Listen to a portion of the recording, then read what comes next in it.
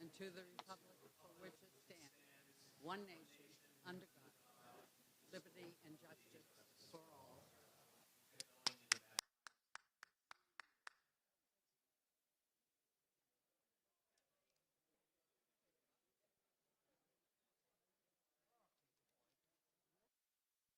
This broadcast is proudly sponsored by the Brookline-based cardiology startup BioWare, a strategic collaboration between MIT and Mass General Brigham.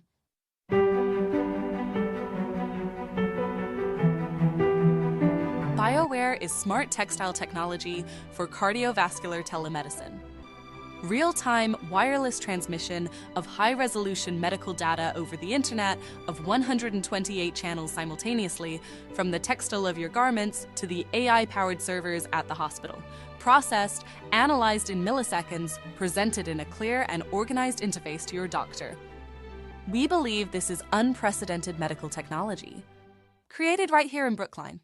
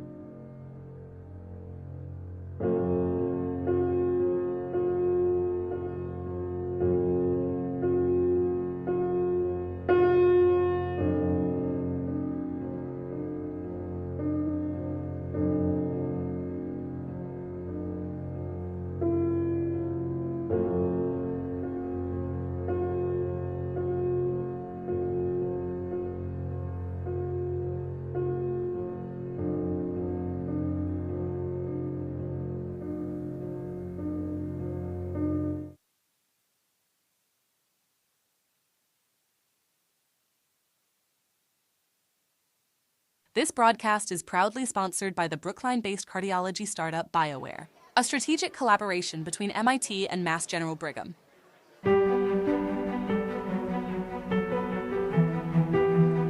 BioWare is smart textile technology for cardiovascular telemedicine. Real-time wireless transmission of high-resolution medical data over the internet of 128 channels simultaneously, from the textile of your garments to the AI-powered servers at the hospital. Processed, analyzed in milliseconds, presented in a clear and organized interface to your doctor. We believe this is unprecedented medical technology, created right here in Brookline.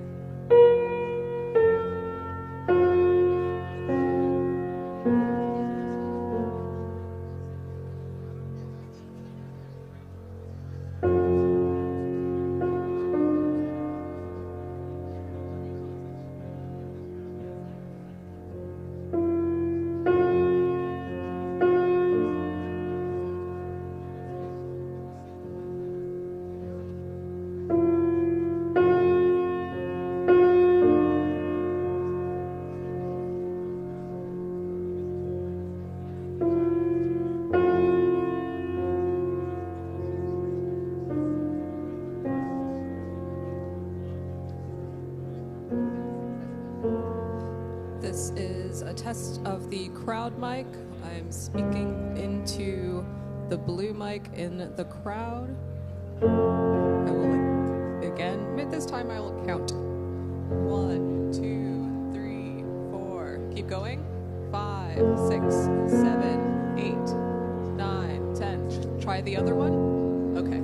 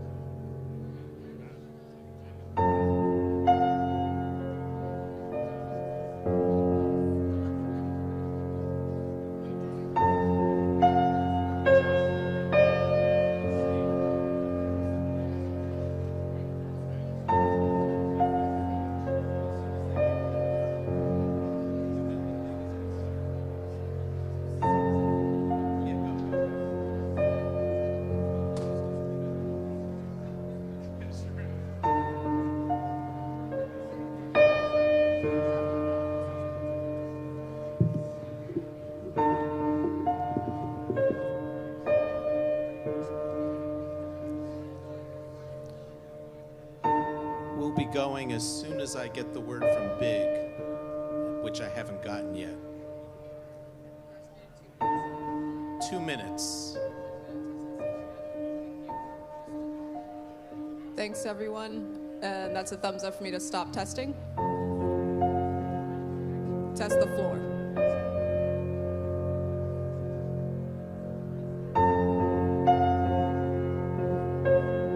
This is test of the floor podium. Testing 1, 2, 3, 4. Test the floors.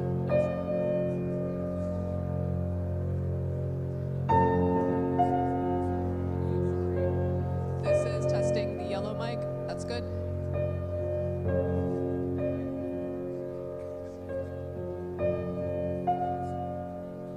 And this is testing the blue mic.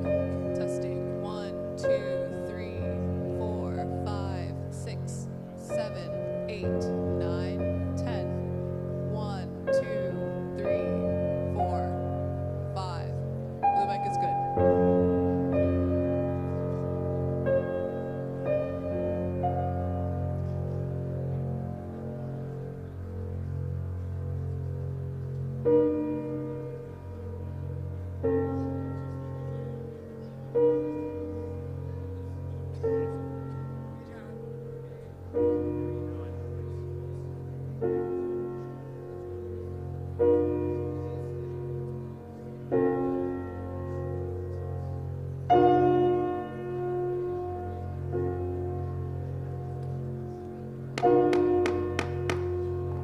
I'm told, 1, we have a quorum, and 2, the stream and the broadcast are available and streaming. So I welcome you to the fall 2025 special town meeting. I acknowledge publication of the warrant and posting of the warrant in proper service. We'll start with our national anthem. Ms. Priestley, please rise.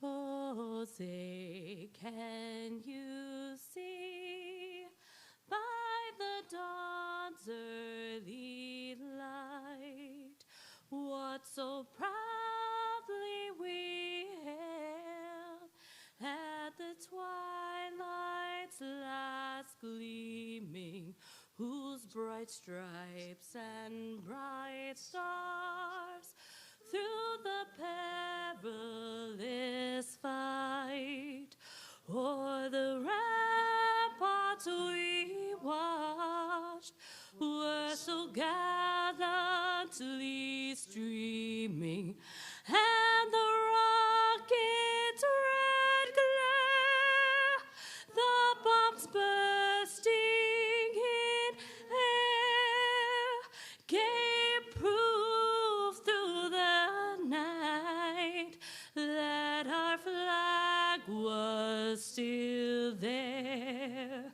Oh, say does that star-spangled banner yet wave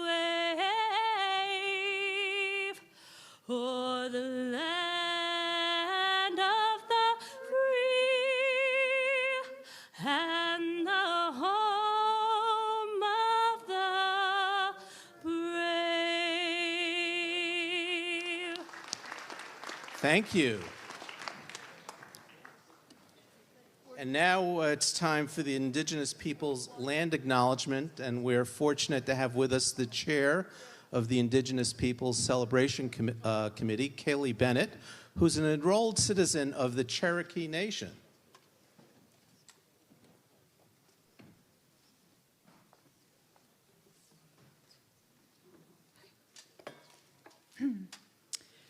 As we gather here today as town meeting members, let us take a moment to acknowledge the history of this land we call Brookline.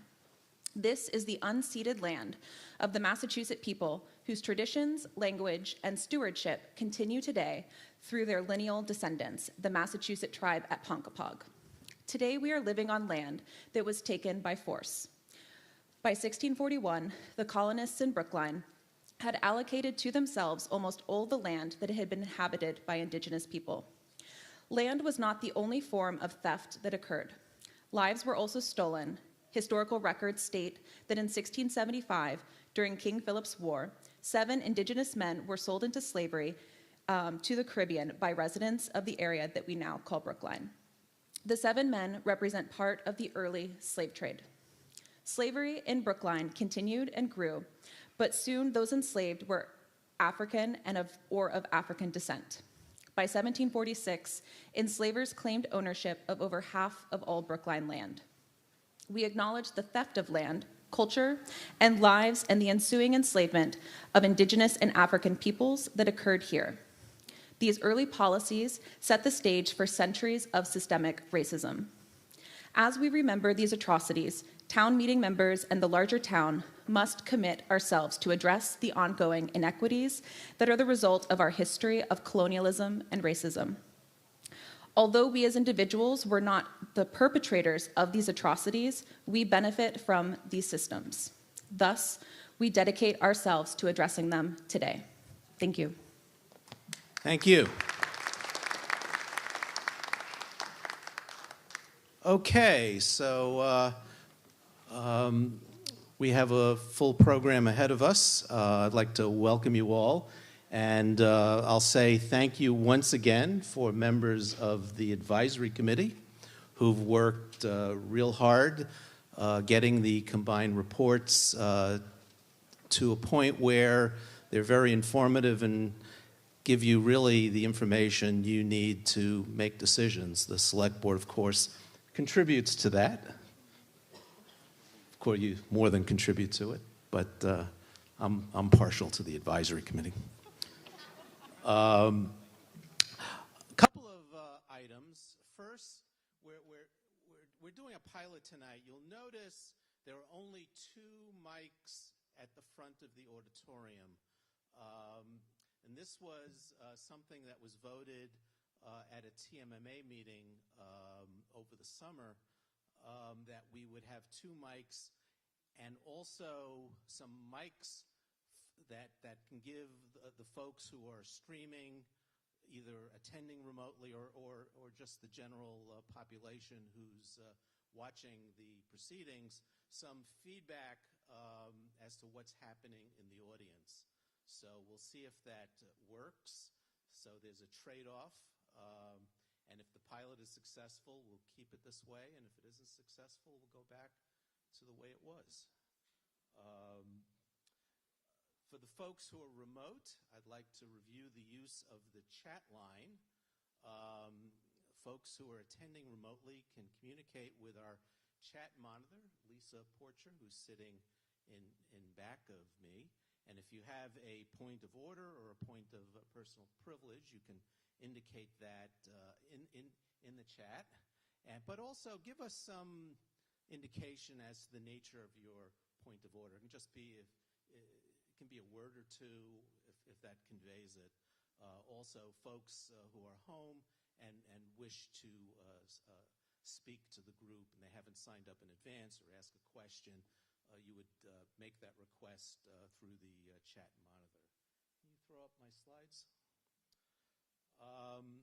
Once again, I'd like to go back one. No, that's the right one. On the Town Meeting Files website, this is what you see. And the circled link takes you to, next slide. Boom. The town meeting warrant article status tracker.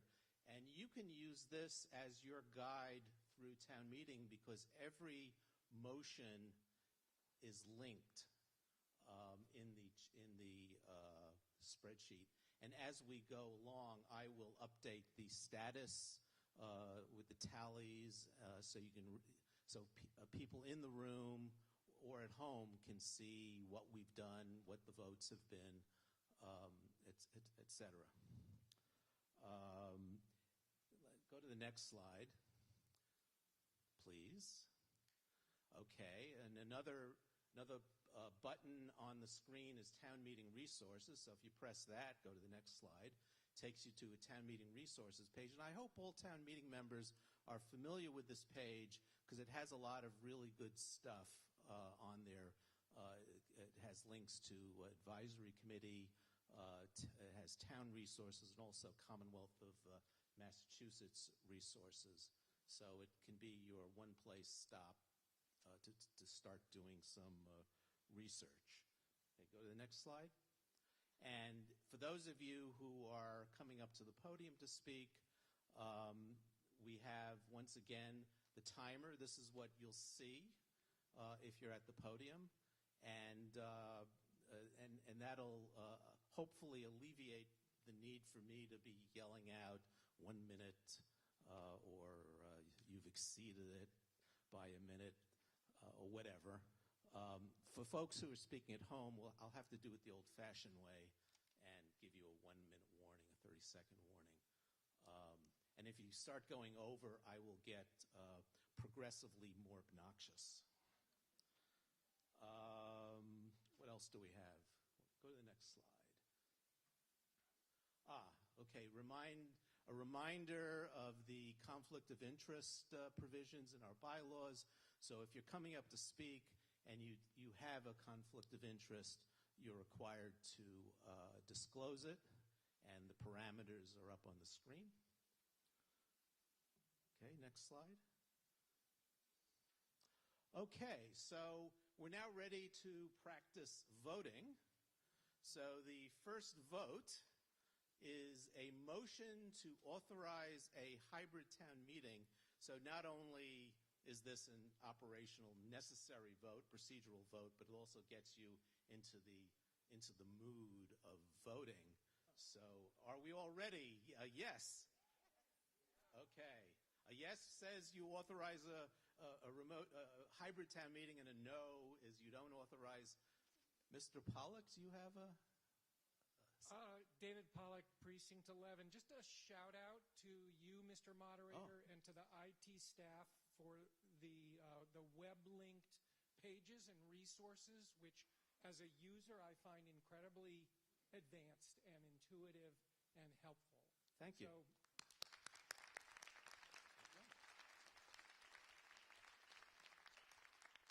Okay, so let's get into the motion of voting. So when you're ready, drop the vote. And here we go.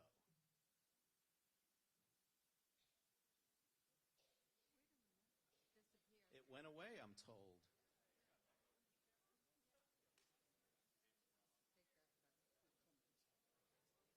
Oh, we'll try it again.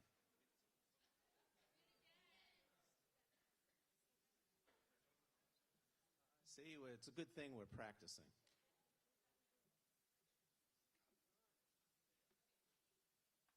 Okay, the vote has dropped. Hopefully this time it'll work.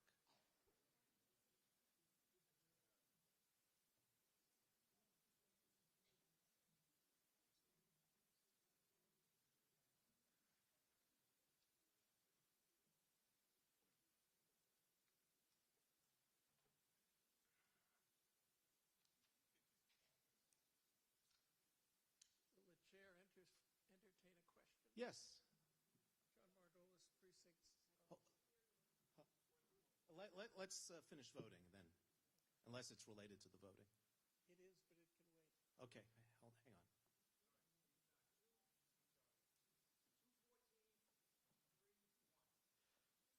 And the motion passes 214, 3 and 1. 214 yes, 3 no, and 1 abstention. So yes, in fact, we have authorized a hybrid town meeting. Mr. Margolis.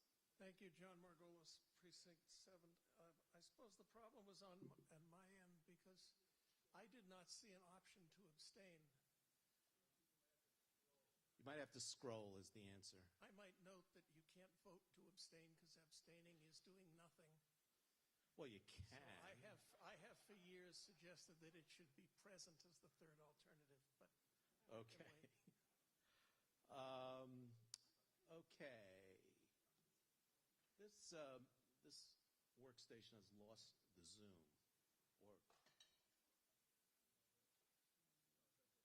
Okay, got it. Okay, next slide. We have another vote. I've received a few requests to hear a few warrant articles out of sequence, and this is to accommodate some non-town meeting member participants. The first one, Article 10, it's for those of you who've been around, we haven't done this in a while. It's if we're doing a naming of a town property, it's customary to do that as the first order of business. It's an honorary kind of thing, and the person who's being so honored likes to attend. So that's the first one for tomorrow night. The second one is Article 13, the resolution to consider seniors' use of Fisher Hill property, and then Article 17, which is a resolution regarding tree preservation practices. So if you accept this would be the first order of new business tomorrow night. So a yes vote? Yes, Mr. Margolis? I'm sorry, Mr. Moderator, but tomorrow, I believe, is the 19th and not the 20th, as it's stated on the screen. Tomorrow's the 19th, so the motion is to hear it the first order of business on the 19th, no matter what the screen says.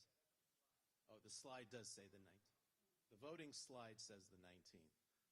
So we do intend it to be Wednesday, and maybe with a little bit of luck, tomorrow might be the last night of town meeting. Oh, gosh. Okay, so let's drop the vote. A yes is to approve the doing those articles out of sequence, and a no is not. And the vote is up.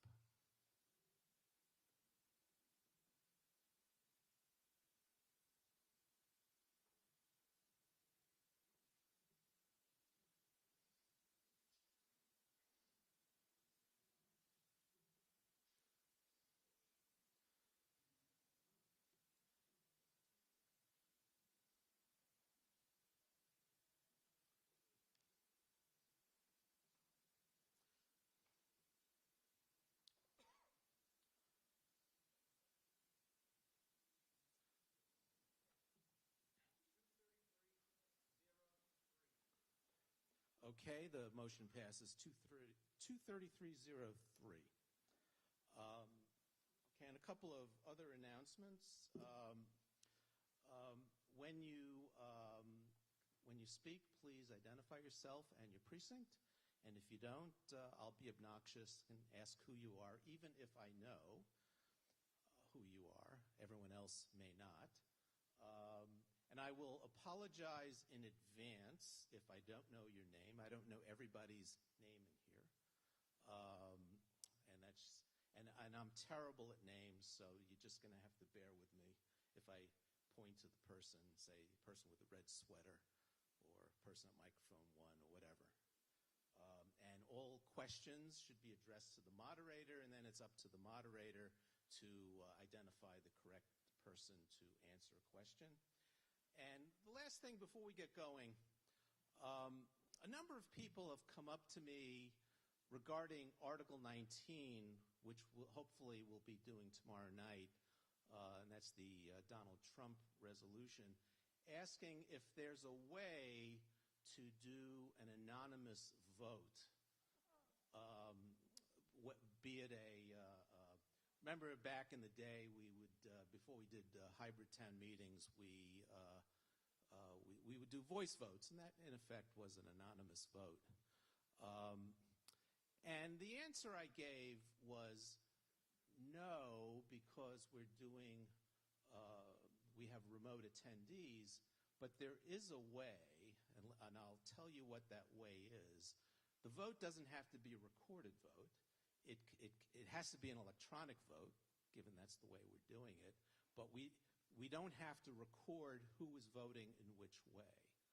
And so tomorrow night, what I'm going to propose is that the final vote on Article 19 be a non-recorded vote, and then if 35 town meeting members object to that, we would then go to a recorded vote. So think about that, and I think that's the way we'll do it, and we'll see how it goes. Okay, I think we're ready to go, and the first article up is actually Article 2, because Article 1, there is no motion. So hopefully the rest of the night will be as easy as Article 1, but I don't think so. Article 1 is approving a collective bargaining agreement, and the motion is on page 2-4 of your combined report. The motion is made by Mr. Green and is seconded by Mr. Bors. Mr. Green.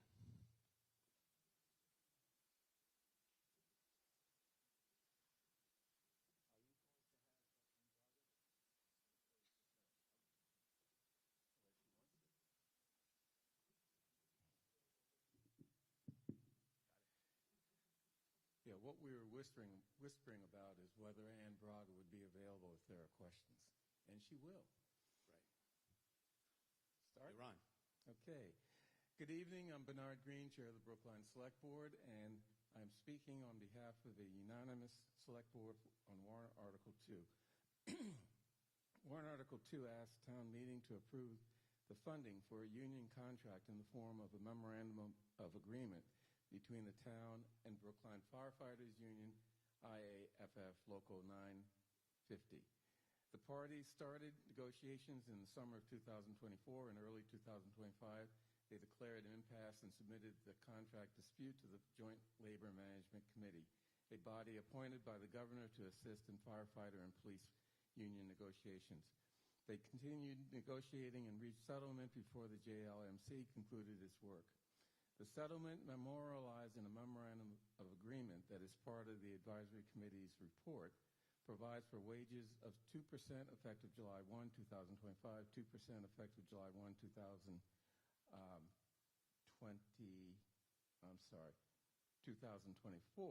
2% effective July 1, 2025, and 1.5% effective July 1, 2026. Other provisions also incorporate into the MOU, and and that will cost the town a total of $4,828,000, a 13.1% increase over the 3 years. The advisory committee will present a more detailed and interesting description of the MOU's provisions, I assume, including resolution of various grievances filed by the union. I will note the following. The contract exceeds the amount in the collective bargaining reserve by more than $900,000. If an operating override is placed on the May 2026 ballot, the town's share would help cover this amount.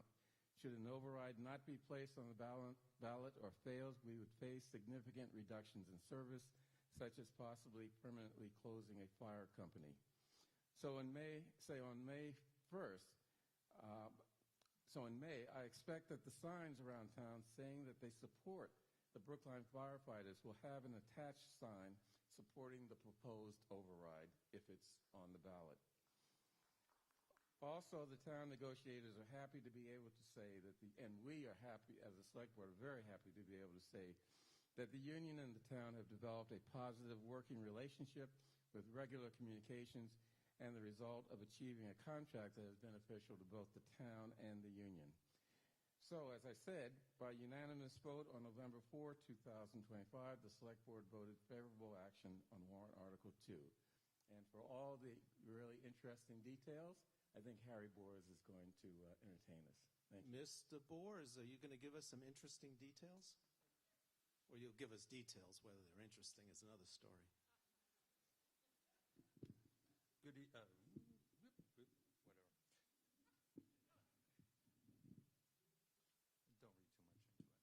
Good evening, Harry Boers, speaking on behalf of the advisory committee. And you know what they say about assume, but I will give it a crack here. So with Article 2, we're being asked to approve a 3-year contract with our firefighters. It is a ratified contract, which means that this is not an opportunity to weigh in with specifics and changes and amendments. We accept it, as the advisory committee unanimously recommends we should, or we reject it, in which case it goes to arbitration and someone else will make the decisions for us as to what the contract should be. That's something to be avoided. We believe that it's a balanced and productive agreement, and as I said, we think we should approve it. You also heard that our HR director, Ann Hespraga, is available somewhere in the ether, should we need more specifics. But in brief, it's a 3-year agreement that increases the wage base by 2%, 1.5% sequentially. There are opportunities for pay increases beyond that. The contract adds a 5-year and a 10-year step increase at 3% each, as well as increases in the educational incentive pays. And by the way, the costs and the rollout schedule can all be found in the combined reports on pages 2.6 and 2.8. But there are a couple of things worth underscoring here. Changes are made in the sick day buyback provision. So at a maximum, the buyback will only apply to the first 2,184 hours of accrual, which is roughly a year's worth of hours, at a 1/3 redemption rate. Now, for some, this is going to translate to an increase in payout. However, most people tend to burn through their sick days, which actually causes some different problems. The other item worth remarking is that there's a 2% weekend differential incentive pay. Now, historically, we've struggled with the cost of overtimes and call-ins. Some overtime is due to significant illness or disabilities. Other call-ins, however, have a rather odd pattern. They seem to increase on particularly nice weekends and around certain holidays.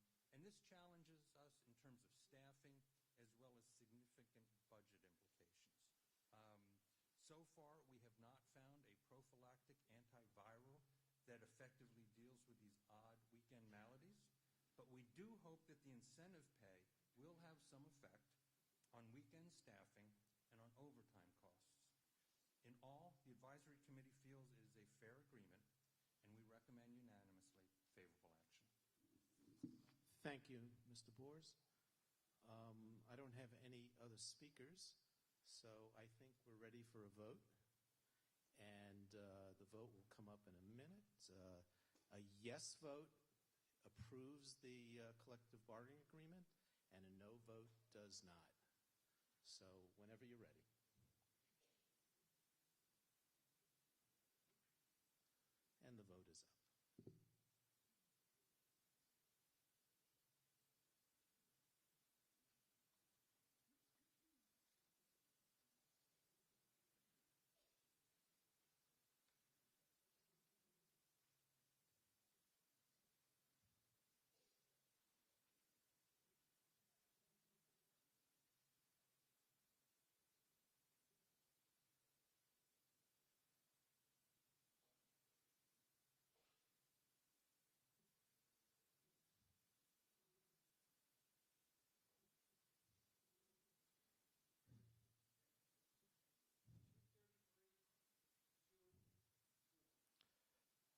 Motion passes 233 yes, 2 no, 4 abstentions. Article 3. This is a budget amendment for the FY 2026 budget. The motion is on page 33. The motion is moved by Mr. Green and seconded by Ms. Robotham. And it's a majority vote. And the first up is Mr. Green? Or Margaret, do you want to go first? You can go first. Okay, let's fight over it.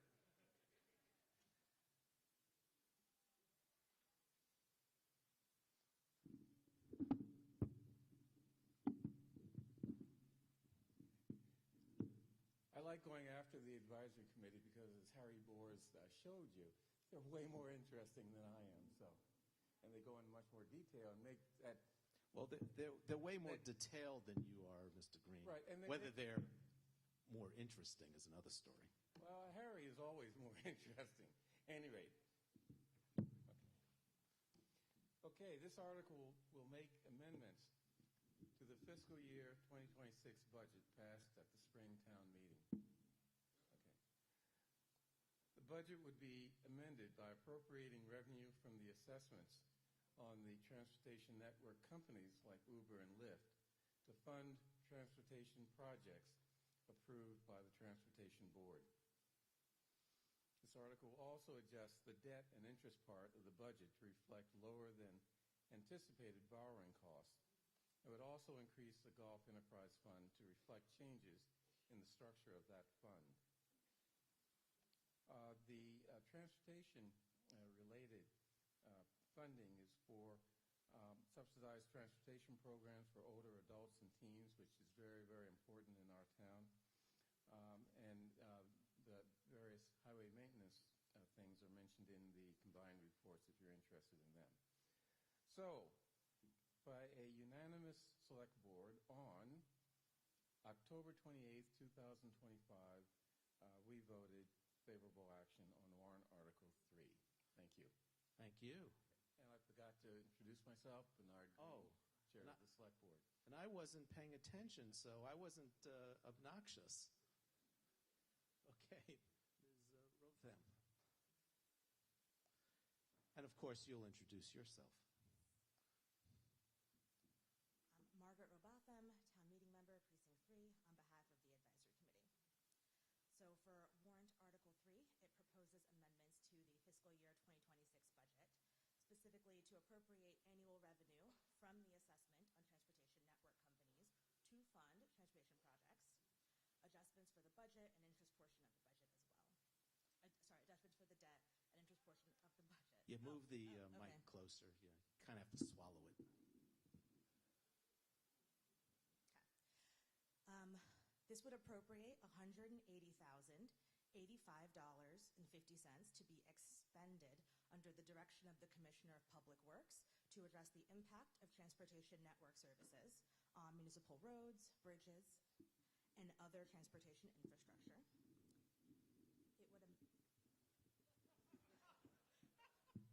It would amend the fiscal year 2026 budget to lower the borrowing costs associated with the bond sale at the end of the fiscal year and amend the Gulf Enterprise Fund appropriation to reflect changes to the Gulf Enterprise debt service budget.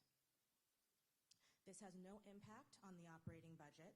Rideshare revenue is identified by the Commonwealth each year and appropriated for Transportation Board approved projects. The town achieved favorable interest rates on the debt exclusion projects. This rate lowered budget requirements by $583,399. And due to the nature of the work to be completed at the golf course, the structure of the golf bonds changed from what was planned for the Enterprise Fund. After reviewing the budget, less than $50,000 adjustment to the Gulf Enterprise debt service budget is required. A good portion of this money will go towards a pilot project consisting of subsidized transportation programs for older adults and teens. And so at a vote of 21 to 1 to 0, the Advisory Committee voted favorable action on warrant Article 3. Okay, thank you. I don't have any other speakers signed up, so I think we're ready for a vote. This is a majority vote, and a yes will accept the budget amendment, and a no will not. So whenever you're ready.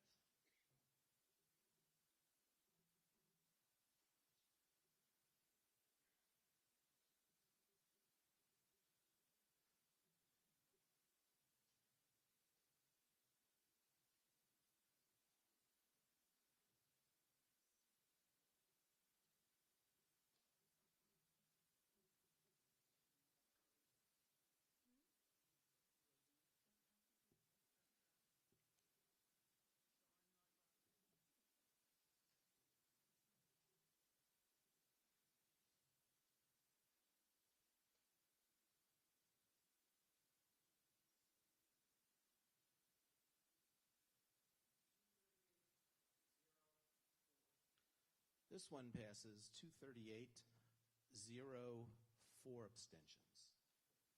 And we move on to Article 4. See, they should all be this easy.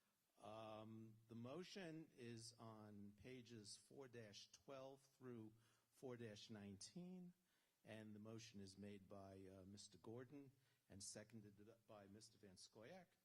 And this actually is this is the culmination of a project that you're going to hear about that is near and dear to my heart. This is updating the bylaws, and the end result will have an updated, accurate bylaw on our website, something that hasn't happened in a while, assuming you guys approve it. So, Mr. Kaufman.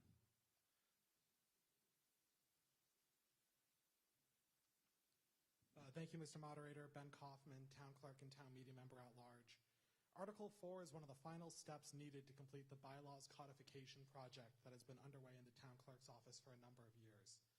When I first entered this office, Brookline's general bylaws were out of date, with a backlog of amendments that had not been incorporated into the version on the website.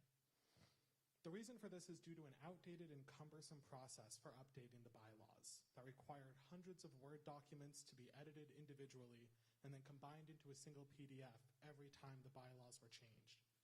The Town Clerk's office began the bylaws codification project to bring our bylaws up to date and make them accessible to the public.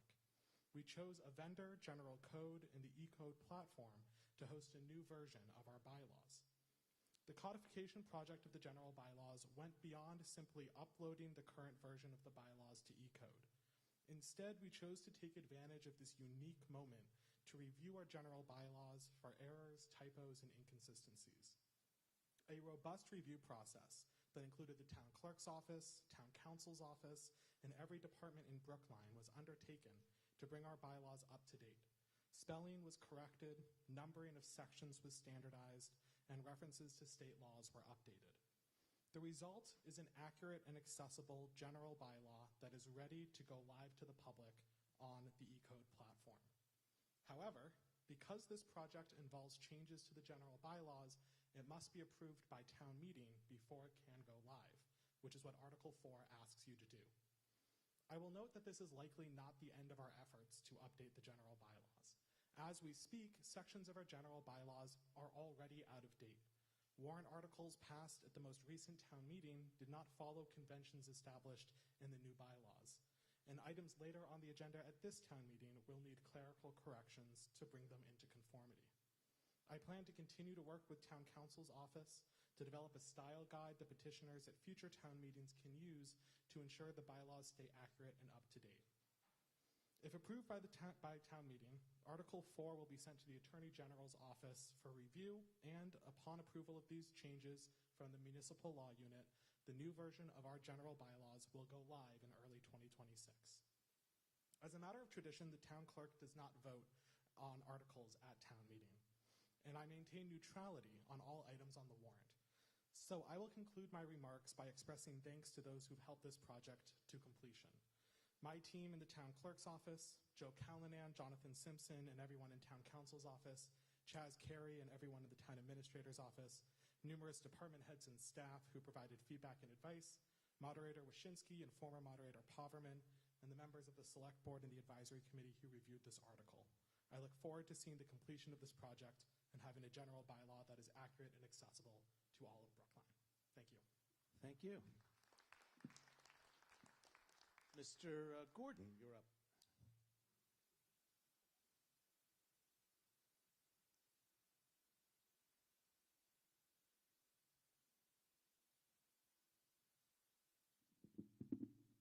Thank you, Mr. Moderator. Neil Gordon, Precinct 1 Town Meeting Member, and a member of the Advisory Committee, speaking on behalf of the Advisory Committee. The purpose of Article 4 is to provide consistent style to the town's general bylaw, correct for changes in the names of various boards, committees, and commissions, and otherwise make non-substantive changes to the general bylaw. As the final step, it's worth saying this is the third time, as the final step in completing the bylaw update project. Thank you for all of those involved. In a thorough vetting of Article 4, the Advisory Committee could find little more controversial than whether bylaws should be spelled with or without a hyphen. On a divided vote, the hyphen won out, and with a vote of 16 in favor, 3 opposed, and with 4 abstentions, the Advisory Committee recommends favorable action on Article 4. Thank you. Thank you. Mr. Van Scoyac. And then I'll get to you, Ms. Khan.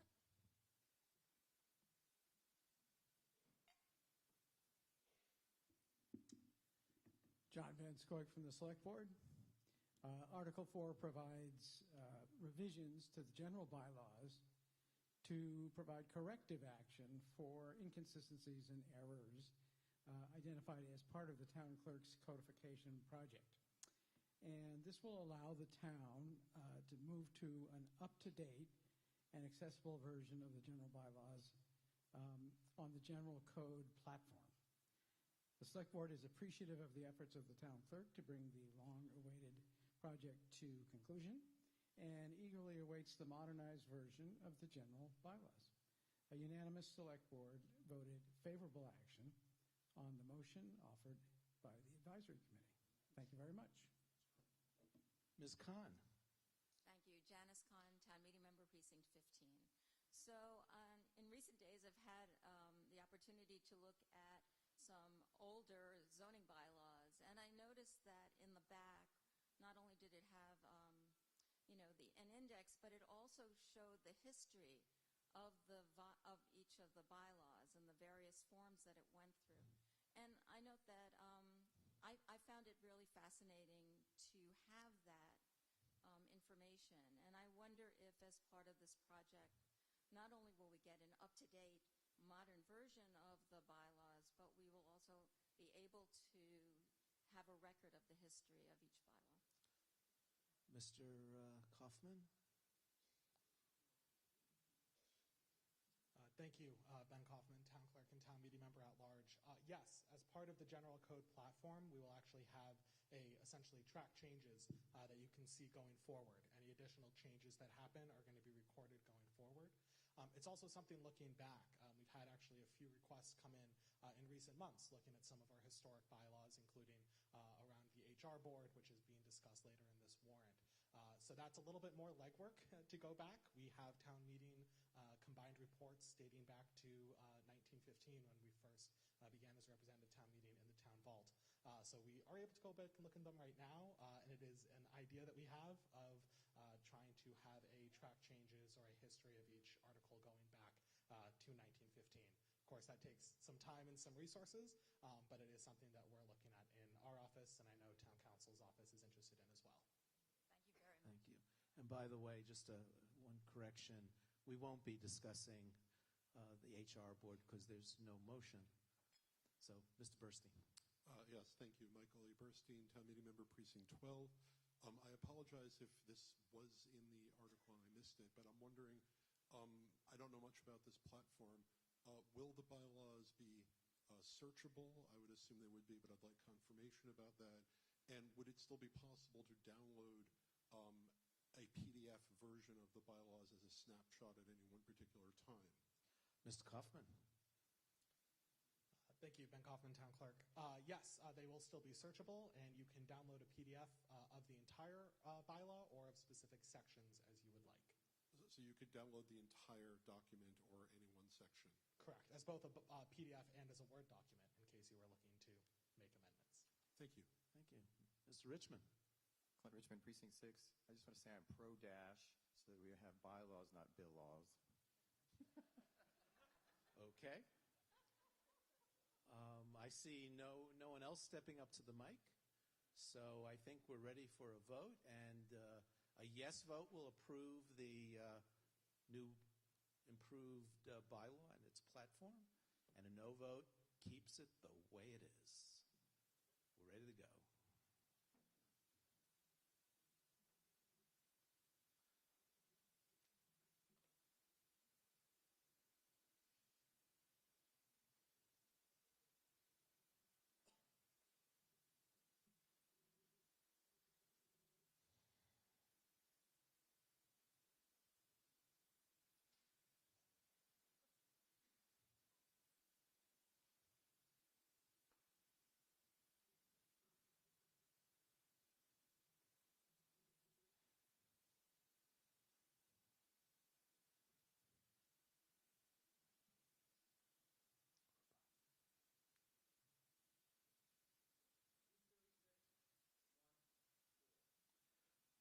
Motion passes 236 to 1 and 4 abstentions. There's no motion on Article 5, so we'll pass over it. And we're now at Article 6, and this is a zoning article for an exemption for family child care homes. What that actually means, I guess the speakers will be telling us. The motion is on pages 6-5 through 6-8. It's moved by Mr. Warren and seconded by Mr. Rodrejo. And this requires a 2/3 vote since it's a zoning article not eligible for housing choice majority. Mr. Warren.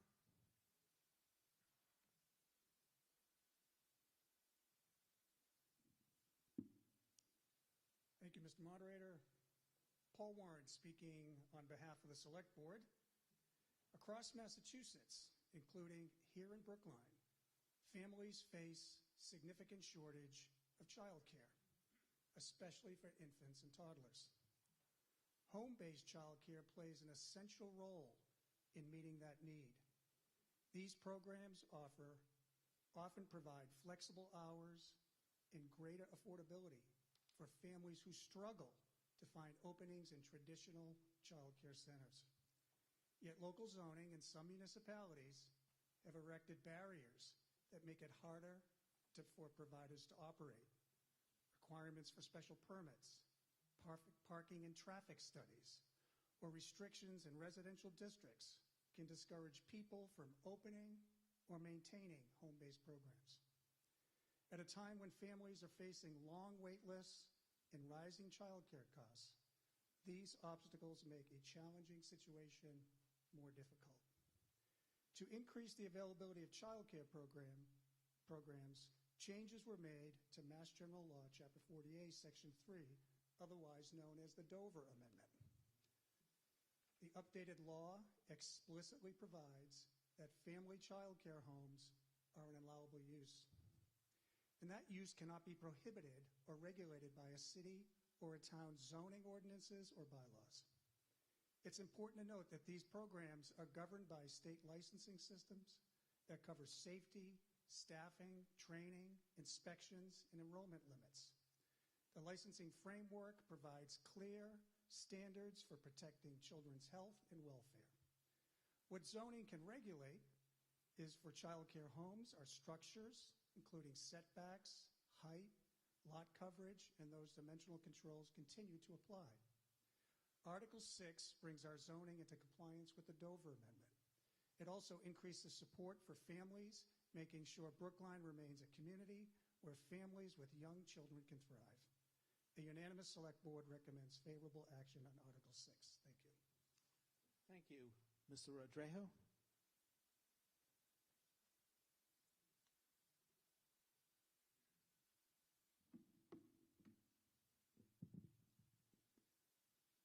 Thank you, Mr. Moderator.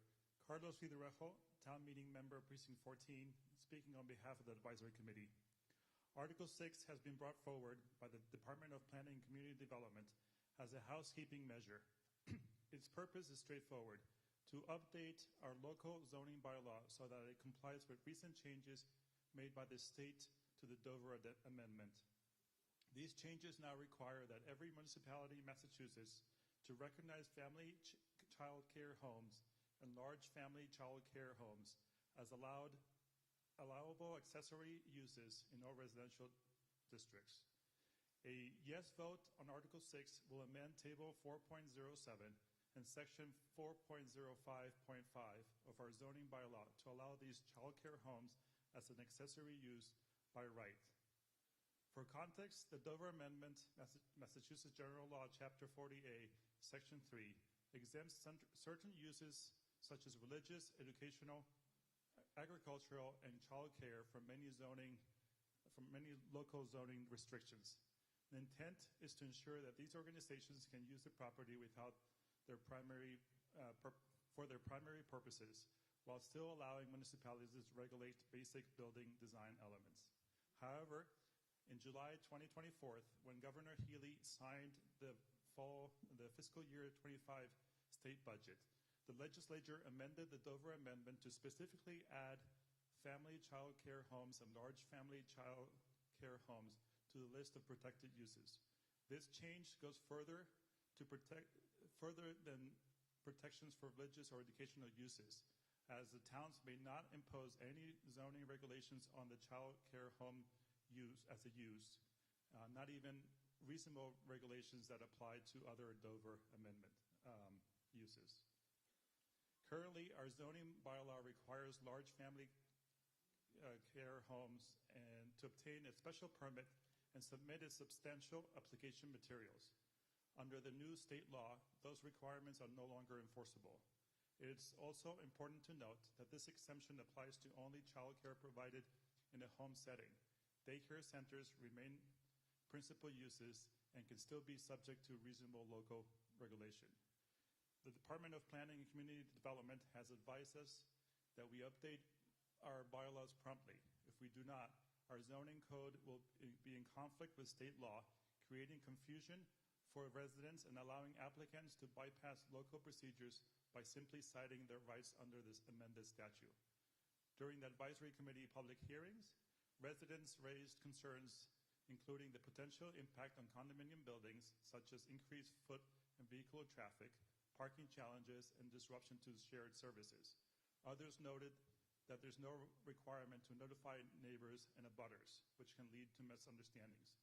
These concerns are real, but the Advisory Committee concluded that the town must comply with state law.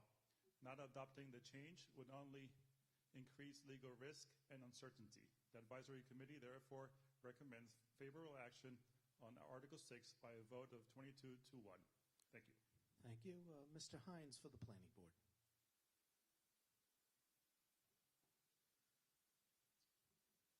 For the record, Blair Hines, speaking on behalf of the Planning Board. The Planning Board unanimously recommend favorable action so that the town complies with the state law. Thank you. Thank you. Short and sweet. Mr. Franco. Mr. Moderator, Jim Franco, Town Meeting Member, Precinct 1. I'm sorry to interrupt. Condominiums, I want to know what the impact is for condominiums. You may recall that last year we adopted the platform, the restriction on platforms for Airbnb and such. Can condominiums or other multifamily structures regulate their own, make restrictions? Thank you. Someone from the planning staff can, Ms. Morelli, welcome. Thank you, Mr. Moderator. Maria Morelli, Senior Regulatory Planner. First of all, this is a use that is already allowed. And so the one change is that there's a distinction between family child care homes and large. And large now has to be by right, not by special permit. Of course, condos can have their own documents, and you're not precluded from having certain restrictions as a condo association. Thank you. I see no one else stepping up to the microphone, and I don't have any other speakers signed up, so I think we're ready for a vote. And this one requires a 2/3 vote. And a yes will approve the zoning change to comply with state law, and a no will not, keep things the way they are. So whenever you're ready, the vote is up.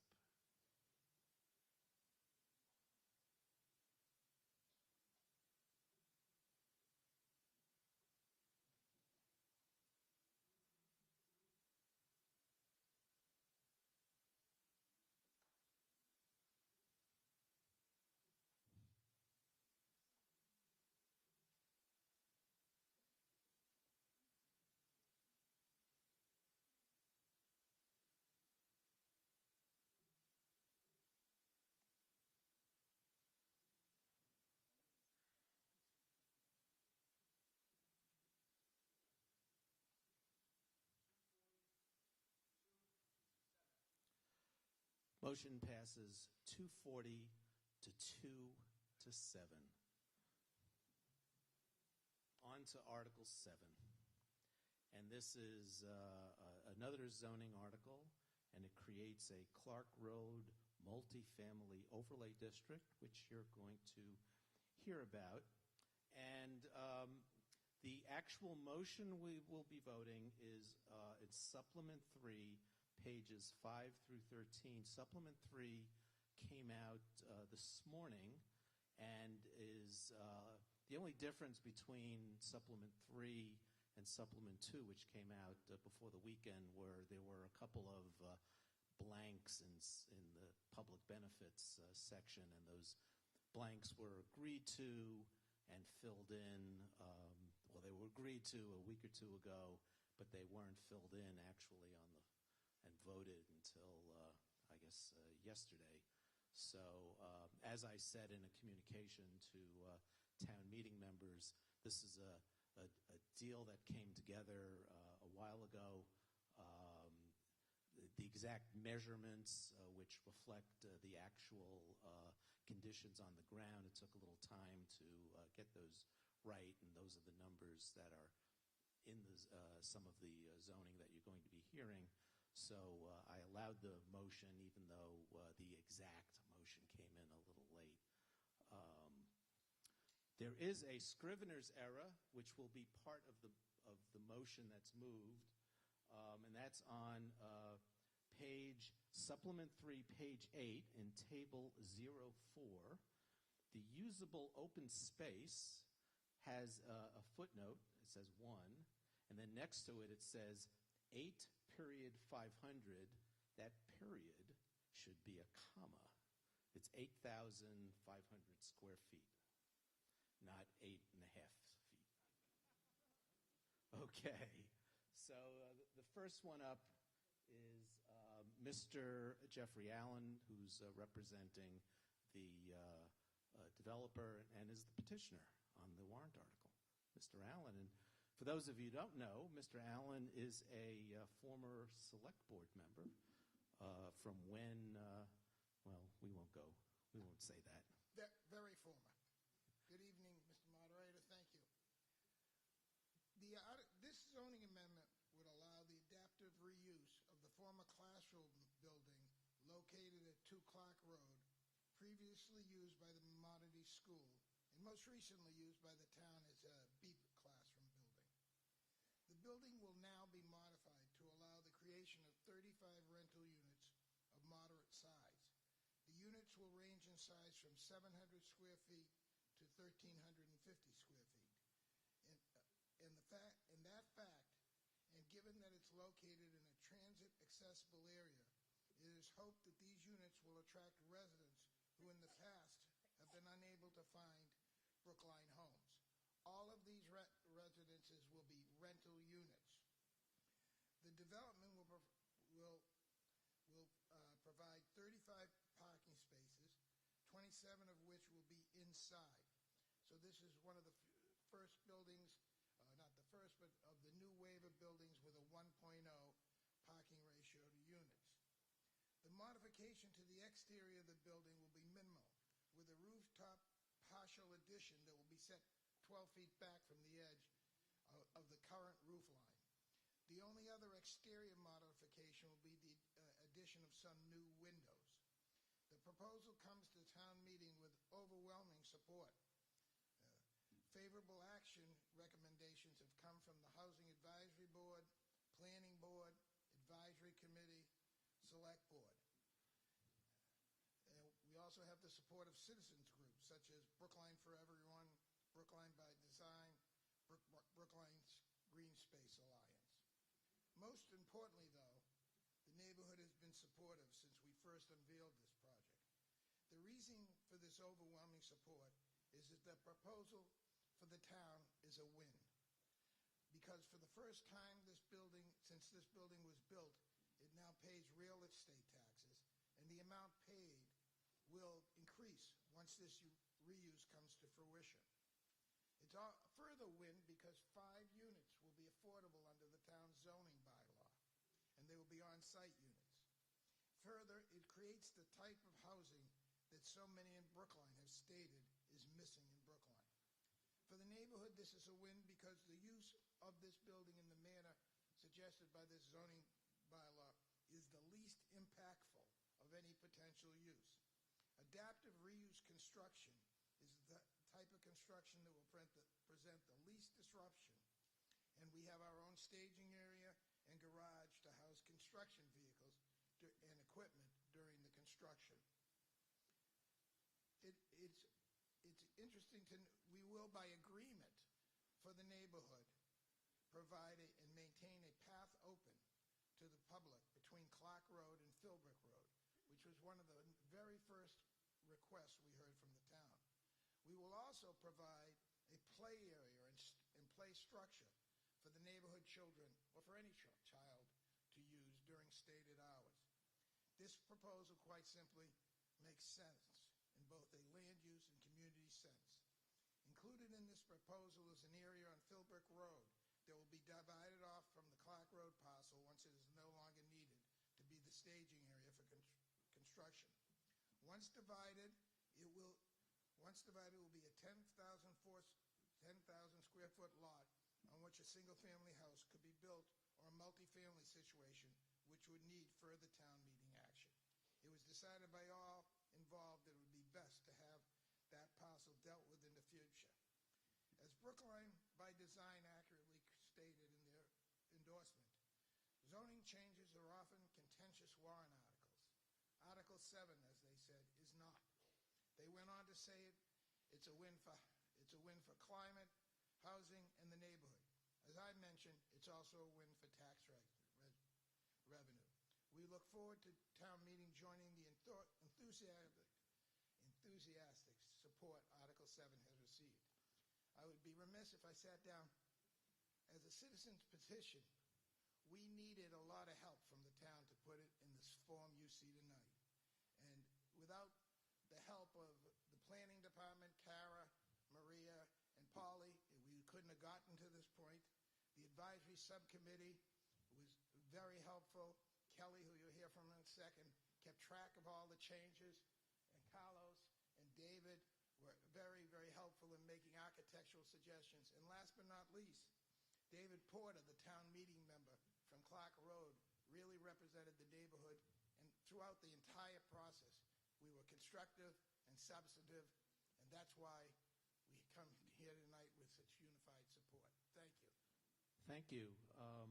I neglected to say who it was moved by. It's moved by Ms. Hardebeck and seconded by Mr. Rubenstein. Ms. Hardebeck.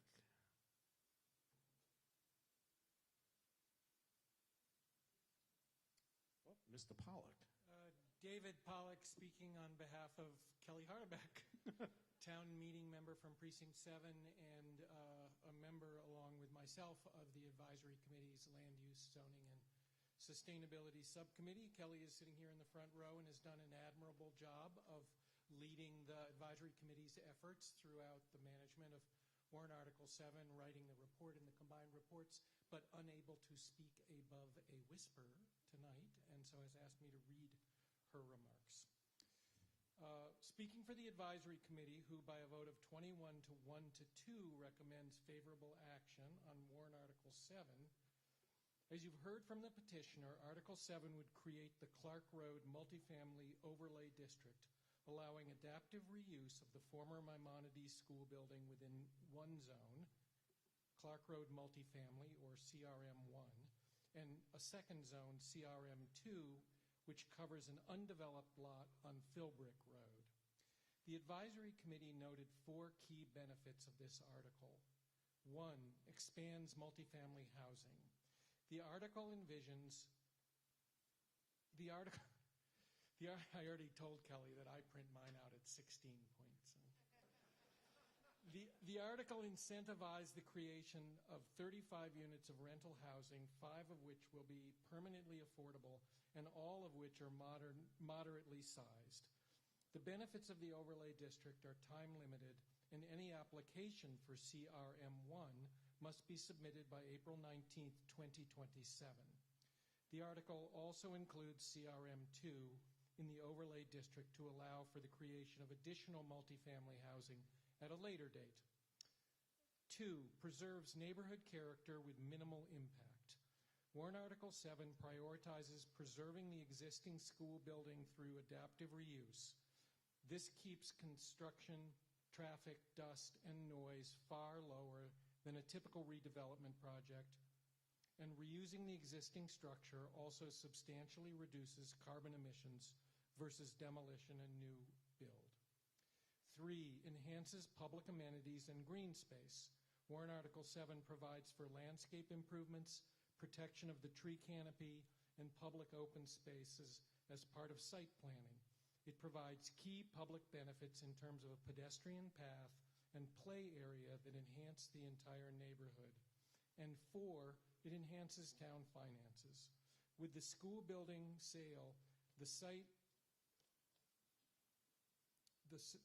tax exempt for decades has joined Brookline's tax rolls, and once redeveloped will contribute additional revenue.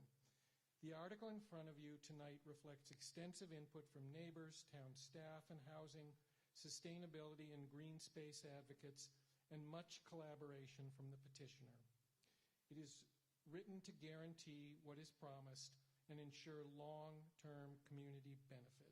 I urge you to join the Advisory Committee and vote favorable action on Warrant Article 7. Thank you. Mr. Rubenstein.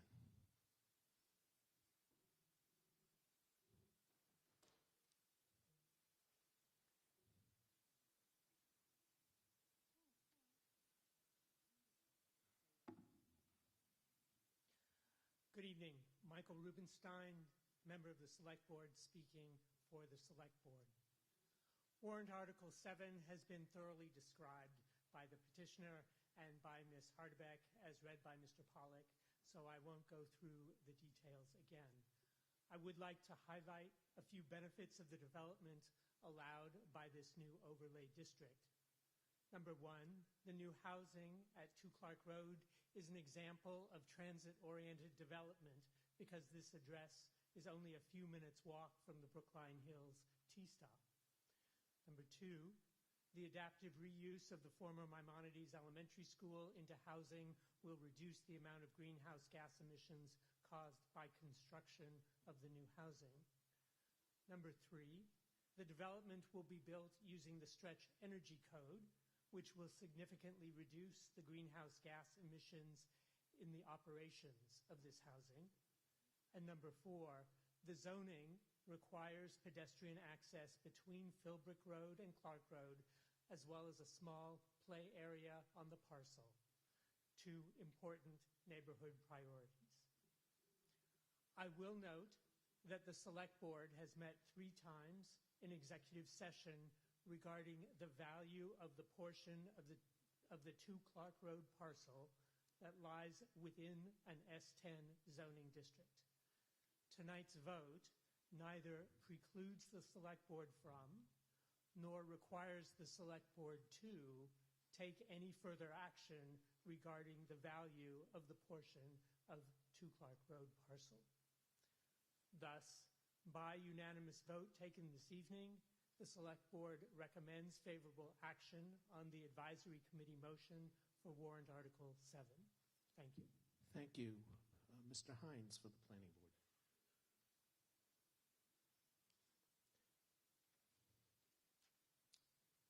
Blair Hines, speaking on behalf of the Planning Board. The Planning Board took up this warrant article prior to recent changes. So I just want to mention that the Planning Board was very much in favor of this proposal. And I won't go into all of it, but some of the key points were, as already mentioned, the idea of saving the building saves a lot of carbon that is embedded within the structure. Other important things were that we looked at the architecture in detail, including the proposed addition on the roof, and we thought that was appropriate. We were also favoring the existing setbacks that the site design proposed, and importantly, protecting the existing trees and the amount of landscaping on the site. And lastly, we were very much in favor of the affordable units that would be on site. The Planning Board also heard from the neighborhood, which, as has been spoken before, were very much in favor of this use. So the Planning Board voted unanimously for favorable action, and I understand that this was not the current one before us, the town meeting tonight, but I think the Planning Board would be in agreement with the modifications. Thank you. Mr. Porter? And one more speaker, and then I'll go to you, Mr. Harris. I'll just lean down.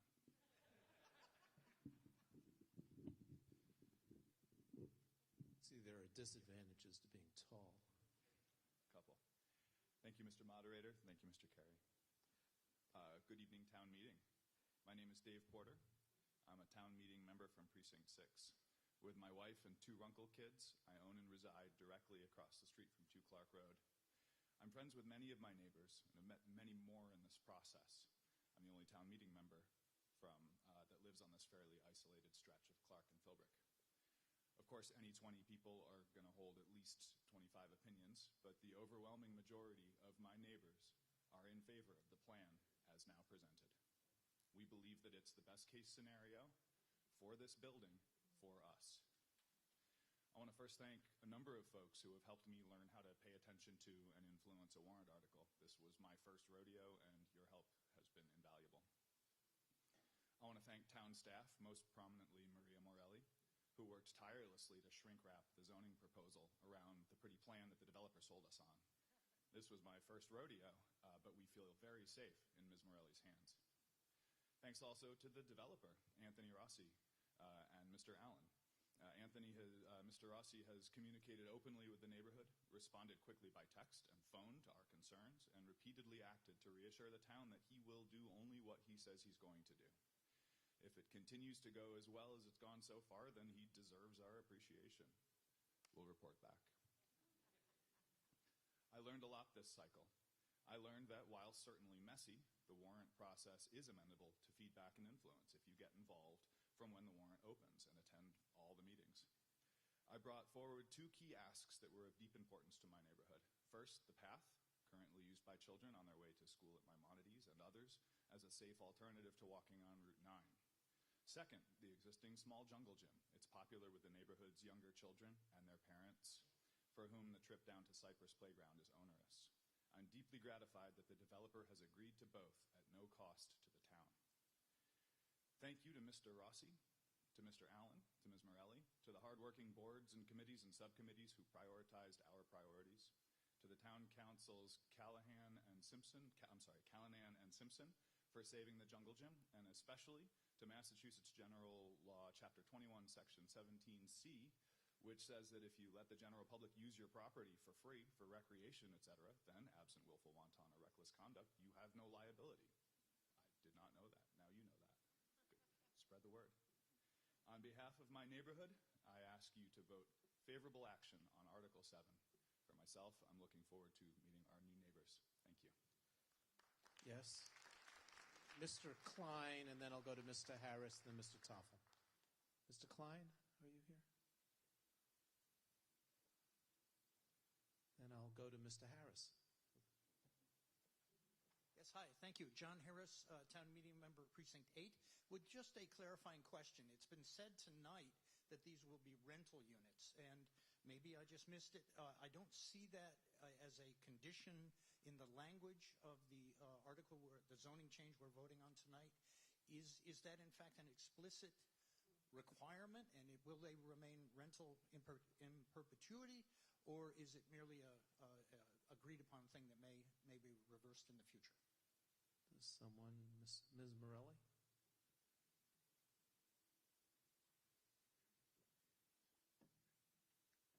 Maria Morelli, Regulatory Division. The zoning cannot regulate ownership, so we cannot specify in the zoning that it has to be rental. Mr. Toffel. Hello, Mike Toffel, Precinct 8. You showed on the screen, Mr. Moderator, at the beginning of this evening, the conflict of interest rules that we require disclosure. Right. I'm wondering if there's been any conflict of interest to disclose in this instance from, say, the petitioner, for example?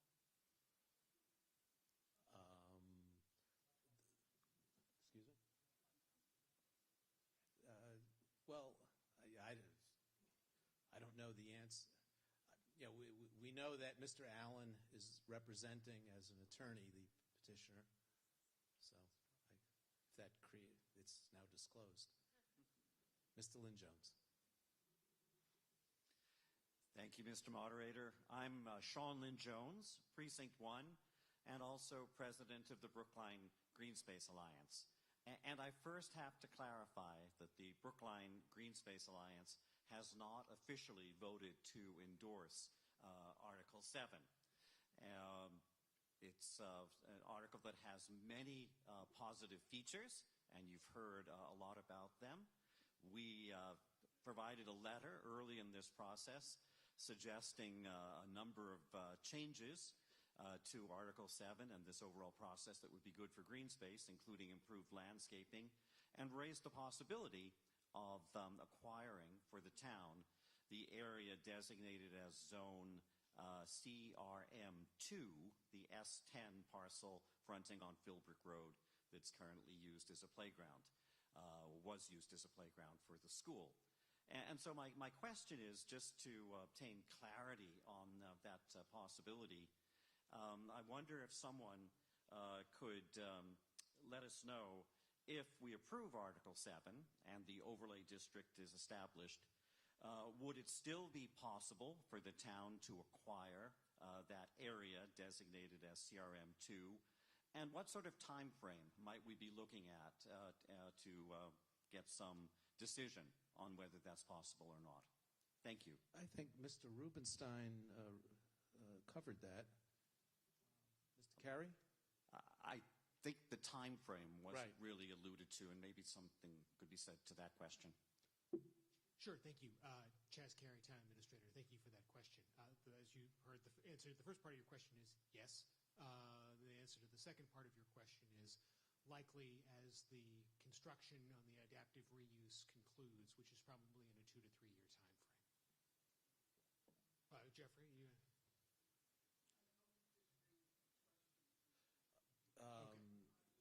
About a year? All right, thank you.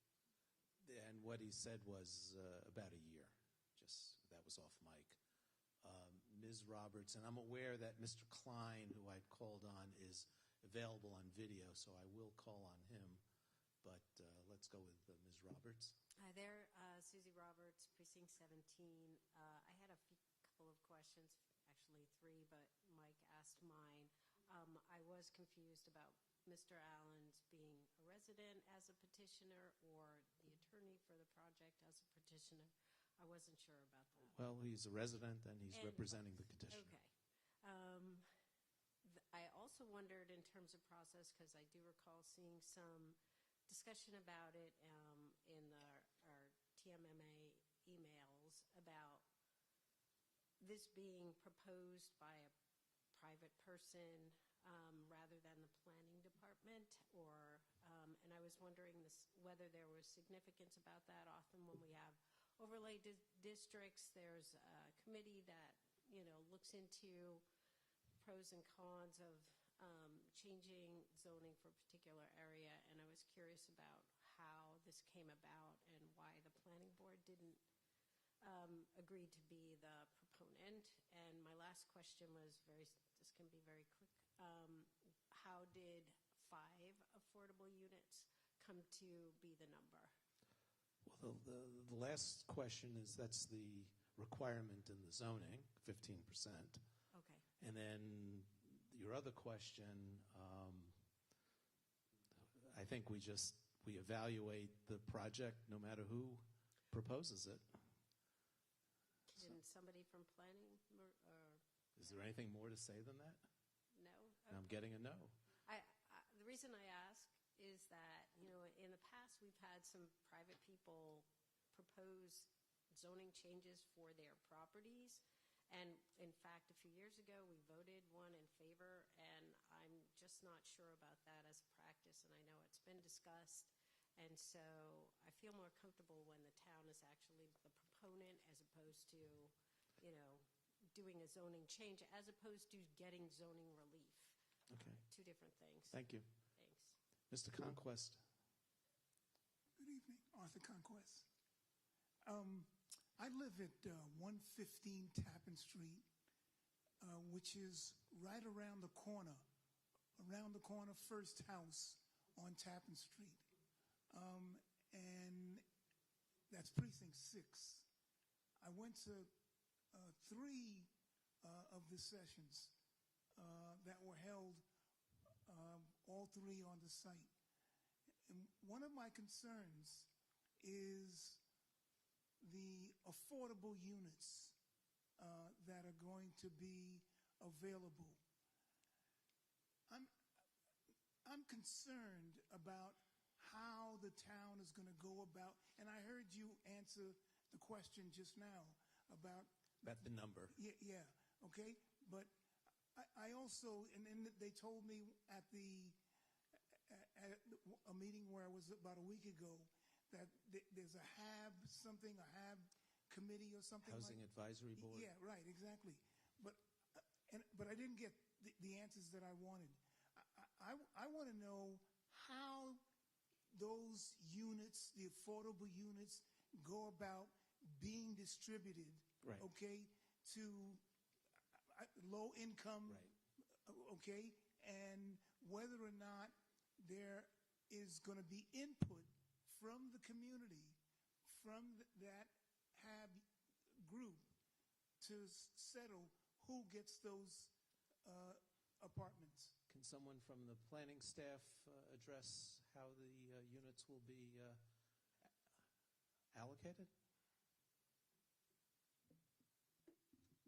Good evening, Kara Bruton, Director of Planning. So a project like this that's a local action unit is what the terminology is called. The town actually runs the lottery to make sure that it's done in a fair manner. And then we also monitor projects like this in the future to make sure that they are going to affordable households and the affordable households are still living in those units. Does that answer your question? Who distributes that? So we don't distribute it, but we run the lottery so we accept all of the applications of anybody that's an affordable household that qualifies based on the household size as well as income. We also work with the applicant all the way through in the building department to make sure that those affordable units are identified and that the number of bedrooms are distributed equally. And are you a part of the town? Are you in the department in the town? Yes, so I'm the planning director for the town of Brookline. And do you do that on your own, or is there a committee? The committee is not involved. The Housing and Community Planning Division does that. We've been doing it for 20 years. Yeah, There's a couple hundred units throughout the town that we do Yeah, the this. town does that, and there's a process. It's state regulated. Okay, thank you. Okay, thank you. Mr. O'Neill. Thank you, Mr. Moderator. Donald O'Neill, Town Meeting Member, Precinct 4. I'm also in the Advisory Committee. I have a two-finger on what Arthur kind of said in regards to affordable housing, right? So during advisory, we asked, first of all, this amendment came to us last night. I am going to say that to everyone. The amendment came to us last night, and we voted on it last night. My question is, ballpark number, not including the 5 units, right? How much a month? $4,000 a month, $10,000 a month, $7,000 a month for the 30 units. Thank you. I'm getting a shrug, so we don't know. Ms. Friedman and Ms. Vanderkay, and then I'll go to Jonathan Klein, and that's all the, I think that's all the folks. Thanks. Ms. Friedman. Yep, Wendy Friedman, Precinct 5. So my first question is whether this is in the Lincoln School District. I think it is. I'm assuming it is. So somebody can correct me if not. And if I'm right, I have a question about, so this will potentially be a lot of families in there. This property is right across Route 9 from the Lincoln School. So is there any plans, or are there any plans, or will there be discussion around working with the state to potentially put in pedestrian crossing there, or any kind of lighting to sort of facilitate crossing? Can anyone address that? Because it's across Route 9 directly from the Lincoln School, and it's a pretty dangerous crossing. I don't see anyone from DPW here. So I think that, yep.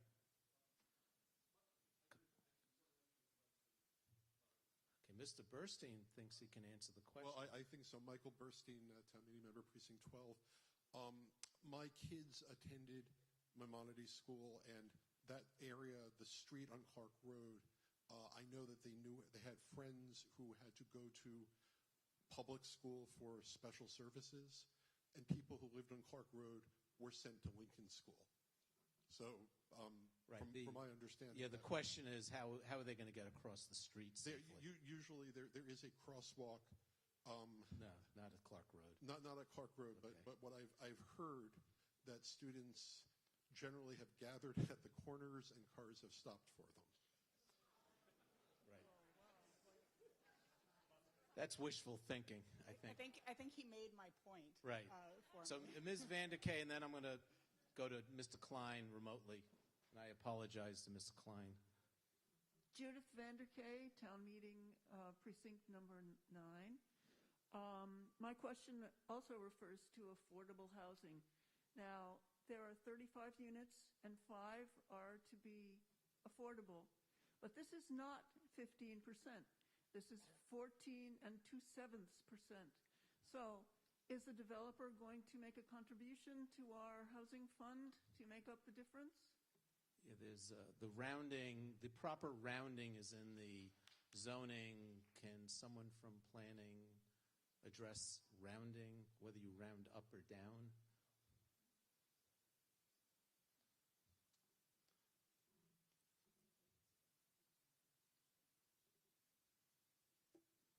My name's Kara Bruton, Director of Planning. I don't want to give you an answer tonight on that. We will double check what 408 says. What the zoning bylaw does not do is change the inclusionary zoning requirements. So it's the same as the rest of the town, whether or not the units round up. I just want to look at it and talk to our housing planner before answering that question. Yeah, but we don't want to enable a project that we don't think fulfills the requirements of the law. I agree. Mr. Klein, remote. You have 3 minutes. Thank you. Jonathan Klein, Town Meeting Member from Precinct 17. I'm a member of the Housing Advisory Board and also of Brookline for Everyone, but I speak just for myself. I'll just point out in answer to the prior question that the overlay district, as I understand it, does not change anything about the town's inclusionary zoning bylaw. So we will get exactly the same number of inclusionary zoning units as we would get anywhere else in town, which is 5, I believe, based on the rounding rules in the bylaw, but I know Ms. Bruton will clarify that. I want to speak in favor of this. I think it's really a terrific project and a terrific proposal. I think that's evidenced by the wide support that it has. I'm delighted that this is the use that we're getting out of this building. We have a very severe challenge with housing and housing affordability, and this will both provide those 5 affordable units, which I will say are allocated by a lottery run by the town. I think that was answered before, but I want to make that clear for everyone. So it's an open lottery to everyone who applies, and then it's managed and run by the town fairly, as well as the 30 other units, which I think will be non-luxury and more modest units of a modest size, and I think all of that will be a good thing. The final thing I want to say is I am looking forward to a resolution of what will happen to the CRM2 parcel, which is fronting on Philbrook Road. Right now, that will continue to be zoned for a single-family home on a 10,000 square foot lot. That could lead to a 3,000 or so square foot single-family home that could be a $3 or $4 million home. I know there are hopes that the town might be able to acquire that for public space, and that could be quite nice if that could happen. It might be too expensive for the town. The developer's original proposal was to rezone that for up to 4 units, which would certainly be a better result than having a single unit built there. I think that would be a great location for additional housing to meet our housing needs. So thank you. I appreciate your support. I urge everyone to vote favorable action on this great proposal for more housing in town. Thank you. Ms. Heller, question? Thank you, Mr. Moderator. Nancy Heller, Precinct 8. First of all, I'm very much in favor of the CRM1 proposal. I think it's a great idea and plan to support it. But I am confused about the CRM2. We are apparently creating some sort of an overlay there, if I understand it. And I'm confused as to whether it's for a single family or whether it's for 4 units, and whether if we do take this action and make an overlay, are we committed to having housing on that parcel?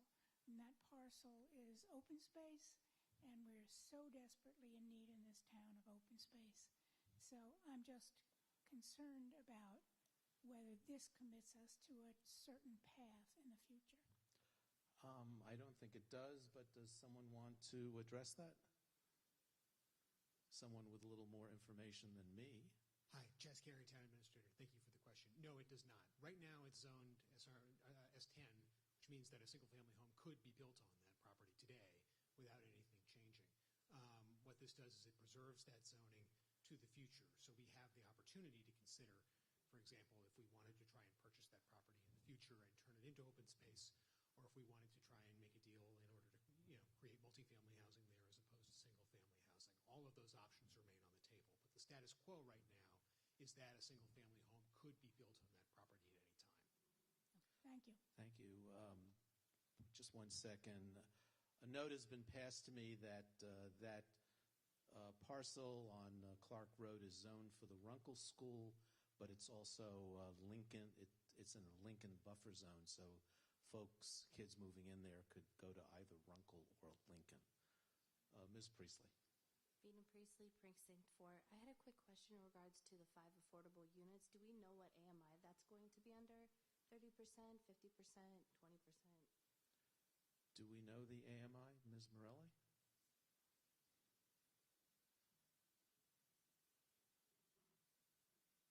I'm Maria Morelli, Regulatory Division. So the zoning refers to Section 4.08. That's the only stipulation under the affordable housing section. When you go to Section 4.08, it says that the AMI for rental is 50% median income. If it were ownership, it would be 80%. There are also provisions to increase those numbers, and you just have to meet those provisions. So it's really, there are different possibilities depending on what path the owner plans to take. Okay, I don't see anybody else at the mics. Oh, I have Carolyn Thal, remote question. Thall. And then I have Richard Snyder after Ms. Thal, remote. Hi, thank you, Carolyn Thal, Precinct 16. I'm sorry I can't be there this evening. I'd like to piggyback on Mr. Donnell O'Neill's question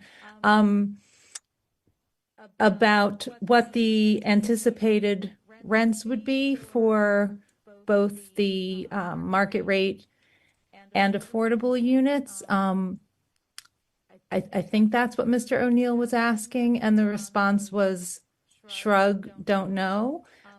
Respectfully, I would think that a project of this size, for the financing at least, there would have to be some information about that. So hoping we could get a little bit more than a shrug on that one from the applicant. Thank you. We know that the affordable units, the rents will be regulated by the state, whatever those are allowed. But however you want to answer it, Mr. Allen. One of the things we tried to do. We need microphones. My mic seems to be. Is it on? Yeah, there you go. Okay. So the affordable units will be controlled as the planning department has stated, according to the bylaw. As to the other 30 units, I don't have any figures on the rent, but we did purposely in the zoning bylaw limit the size.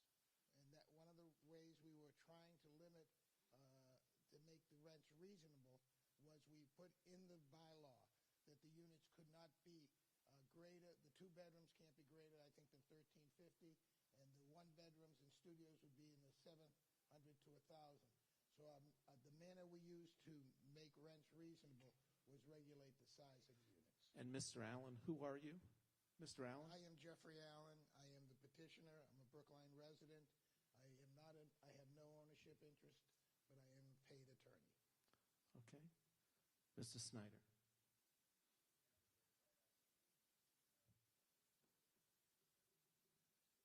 Richard Snyder. Okay. Then I think we're ready for a vote. So the motion we're voting is on supplement 3, pages 5 through 13. It's pretty technical, but I know that our friends on the advisory committee have been very diligent in pouring over the details, and that's actually one of the reasons it took so long to get those numbers exactly right. So the adaptive reuse cannot expand more than what's there. So it's pages 5 through 8 of supplement 3. And this is a majority vote. A yes will approve the zoning, and a no will keep things the way they are. So whenever you're ready. I did. It's a majority vote. I did that already. And it is this.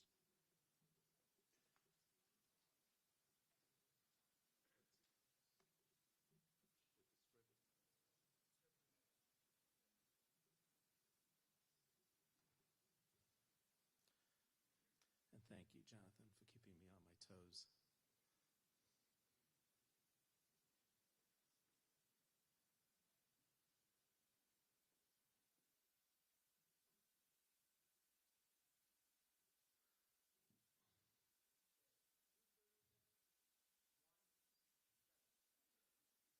Motion passes 236 to 1 to 7. Congratulations.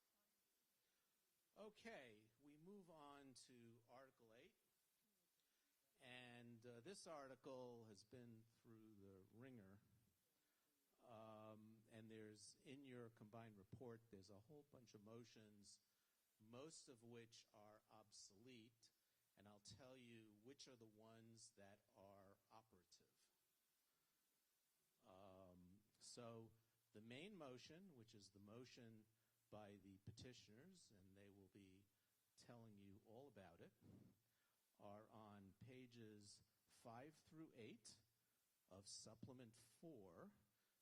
And note, the clean motion, the first 5 pages, you'll see lots of line-throughs and strike-throughs and underlines, and it's very hard to read. But if you go to page 8, there's a clean motion that's a lot easier to read. And that motion is made by Mr. Titel and seconded by Mr. Lynn Jones. There's a substitute motion that's going to be moved by Mr. Trevette and seconded by Mr. Hebert. And that motion is on Supplement 3, pages 1 through 3. And then there's a referral motion, which is going to be moved by Mr. Pollack and supported by Mr. Warren, which is on Supplement 2, page 6. And I'll explain the voting in detail, but just for your information, the first vote, when we get to that point, will be the referral motion. And then we would vote the substitute motion, and if both of those fail, we get to the main motion.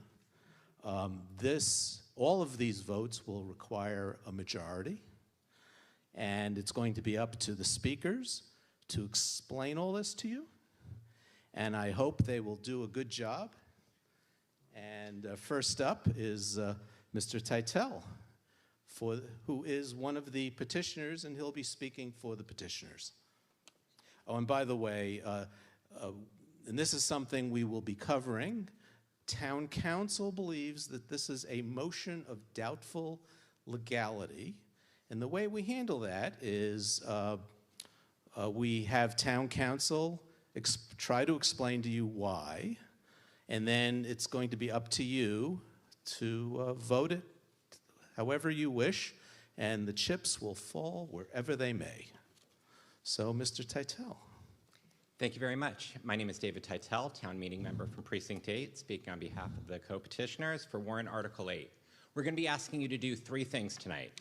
We're going to first ask you to vote no action on the referral motion. We're going to ask you to vote no action on David Trevette's substitute motion. And then we are going to ask you to vote favorable action on the main motion. Let me explain what that all means. So, next slide, please. So the problem really originates with the rise of LED lighting. LED lights are low power to use, fairly cheap, they can be very bright, and they come in a whole host of colors. That's created issues because what's happened is people in Brookline and around the country and around the world are buying more lights, they're buying brighter lights, and they're buying bluer lights. That's caused a lot of light trespass, which is light that that spills over from one property into another property, and it's created a lot of glare, which is concentrated light that can be blinding. And that can have serious impacts on health and well-being. Insomnia, cognitive impairment, it can impact circadian rhythms, particularly blue light can do that. It can weaken our immune systems, it can affect people with cataracts, it can affect people who have even prone to migraines or blue eyes, for example, are all ways that excessive lighting can be problematic to health and well-being. Next slide, please. So here's an example of light that is spilling out from one property into another. This is light that's entering people's homes, be it their living rooms where they can't watch dark movies at night and not enjoy their home, or their bedrooms where it could affect their sleep. Next slide, please. This light originates from things such as parking lots. It can originate from side doors and side lighting from neighboring homes. Next slide, please. And a good example of problematic lighting is this right here, which is an unshielded light that is pointed in the wrong direction. It's pointed horizontal and slightly up. These are the culprits that can cause problems. Next slide, please. One of the other things that we want to mention is the fact that there's a misconception that brighter lighting is safer. Interestingly enough, and counterintuitively, that's not true.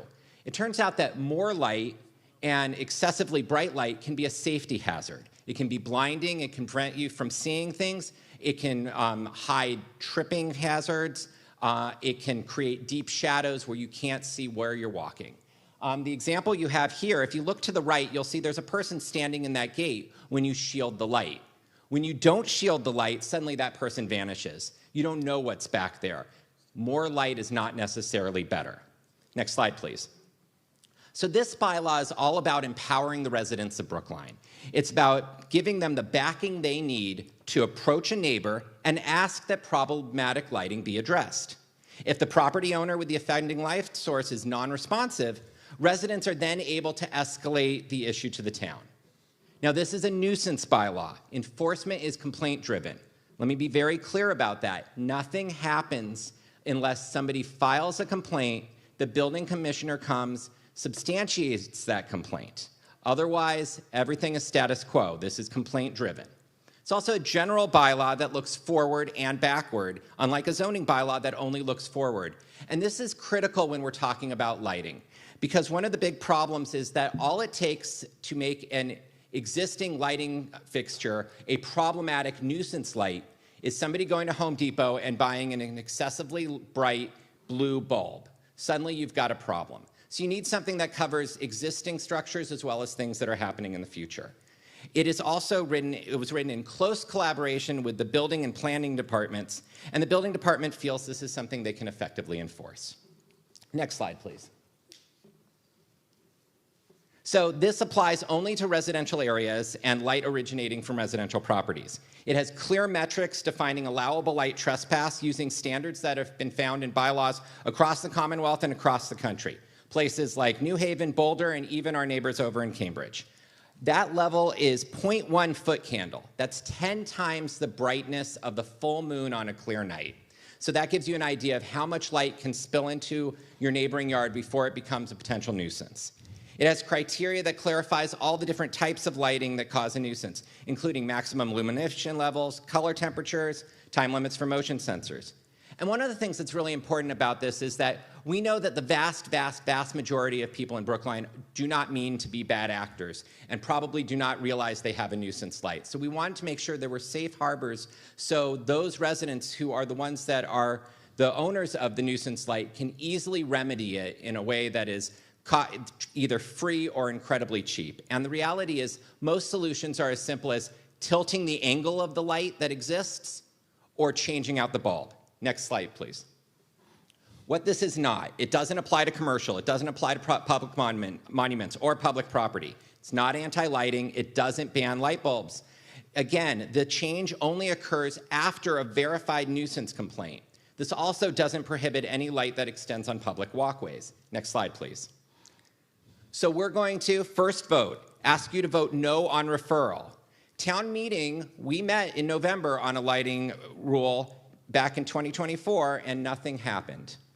Meanwhile, the petitioners have done all the hard work that we feel any committee would pursue. That includes consulting lighting engineers, hearing the concerns of committees around town, researching best lighting practices. We've taken those best lighting practices and we've incorporated it into this bylaw, the same standards that are found in Cambridge. The petitioners have the backing of the planning and building departments. We've worked closely with them. We really see no reason to further debate this. Next slide, please. So, next slide. So now the second vote. We're asking you to vote no on the Trevette secondary motion. Now, you'll notice that these are very similar, and that's because we worked very closely to try to meld them into one. However, Trevette's motion still includes language that the planning and building department have deemed to make the bylaw unenforceable. Let me say that again. As written, the Trevette secondary motion is not enforceable by the building commissioner, whereas the main motion contains language that was co-drafted and approved by planning and building. My question for this body is, if we know the town can't enforce a bylaw, shouldn't we vote no on that? Last slide, please. And please conclude. Okay, then I will simply say thank you for your time, and we'll ask you to vote no for referral, no for the Trevette secondary motion, and yes, favorable action on warrant Article 8. Thank you. Mr. Trevette.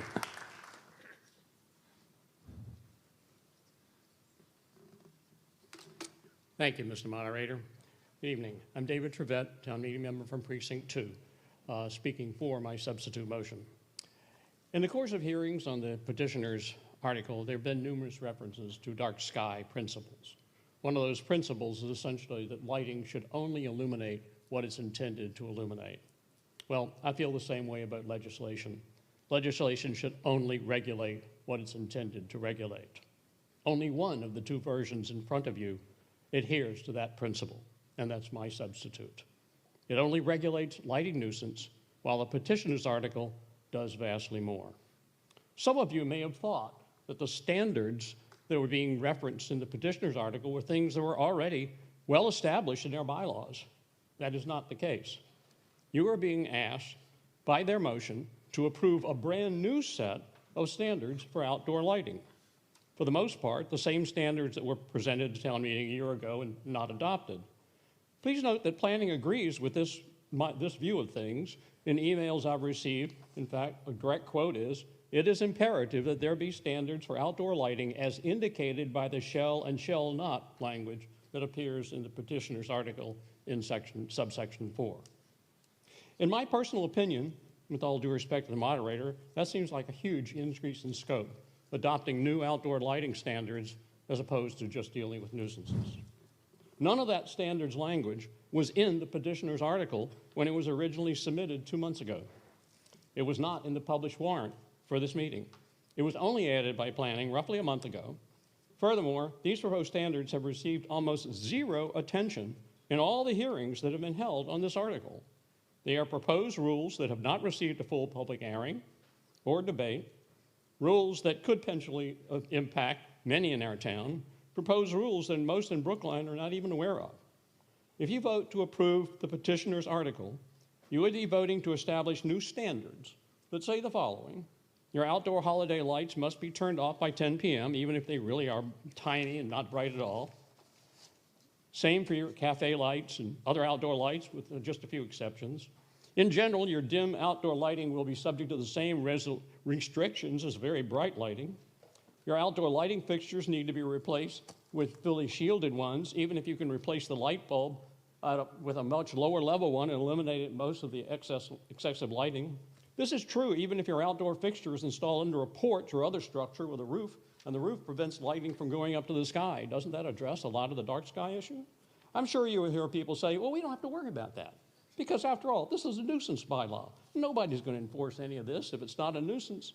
Well, that is exactly why I submitted this substitute article. At a planning board meeting, I tried to raise these concerns about the fact that this is implementing new, or asking the town meeting to implement new outdoor lighting standards. I was essentially shushed and told that we don't need to discuss those standards because this is just a nuisance article. You see, because these new proposed standards are tucked away into an article that's supposedly just about nuisance, no one's paying any attention to them. And I think that's wrong. Ask yourself, if no one is going to enforce them, why are they there? They're in an article which tells you if you do these things, you're not going to be enforced. Those are not things that are enforced in the context of a bylaw article. So why is that section named standards for compliance? Why does the introduction say it's to regulate outdoor lighting? I disagree with this. As David Titel also already mentioned, this article that I have submitted is essentially the compromise that he and I and the other original petitioners hammered out last week in some intensive discussion debate. We're trying to form a compromise. And we did agree. We came up with a compromise that we could all live with and thought was a good article. But the petitioners wanted full planning support. They didn't get that. I decided to go ahead and submit what was essentially the compromise. It includes compromises that I made in my original version because that had been insisted on by the petitioners, and also steps I made to try to conform to some of the changes that planning thought were necessary. For those who do I realize I didn't introduce myself. For those who don't know me, I'm David Trevette. I'm the chair, the long-term chair of the Pedestrian Advisory Committee. I led the completion of the Select Board's pedestrian-friendly lighting committee report back in 2021, and that's how I got into discussions of this warrant article anyway, from my considerations about the lighting that spills over properties and helps light our dark sidewalks. But more relevant is my long-term professional history. When I was responsible for all of the central business systems at the University of Chicago, I worked closely with the university's legal and purchasing staff to review and negotiate major software contracts and service agreements. I learned to pay close attention to the detailed language in those and to ask, how is this really going to work in practice? The devil really is in the details. I was often the person who spotted contradictions, unintended consequences, and other problems in those. Details do really matter. Does that mean I'm always right? Of course not. I make mistakes, I misunderstand things. I'm always willing to work with people, as I did with the petitioners, to try to come up with a compromise. But right now, I have not been given a specific instance of how having these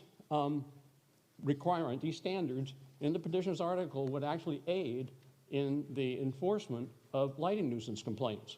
I actually feel that my version is completely enforceable. There really are no differences between me and the petitioners on either short-term or long-term goals. For now, to address lighting nuisance issues. Longer term, to address excess lighting across Brookline. My article provides a clear path forward without unneeded and unvetted measures. If you want to avoid further delay and get something on the books now that helps address very real lighting nuisance issues in Brookline, then vote for my article, because it does exactly that. But if you can't support my article, then I recommend that you vote for referral. As I've stated before, approving the petitioner's version would set a dangerous precedent. No matter whether you think those things are necessary for enforcement, it still presents new standards that have not been fully addressed and fully discussed. We need common sense, pragmatic, and easily understood solutions. They should not be tucked away in a subsection, not getting any attention. I would totally support an effort to bring to town meeting a general outdoor lighting bylaw. I ask for your vote for my substitute motion. Thank you. Thank you. Before I call the next speaker, which will be Mr. Callanan, to talk about some of the legal issues, I want to address two topics. One is the topic of scope, and scope. The warrant is the agenda, and it states, kind of puts a box around what we're going to be talking about. For this particular warrant article, it was written in a very, very broad way, and I took the position that any standard, given the way it was originally written, is a narrowing of the original warrant article. And I'm guided by the book Town Meeting Time, and I'll just read a couple of sentences. The permissible bounds of a motion that exceeds the written words of an article is measured by reasonableness. The test must be characterized thus.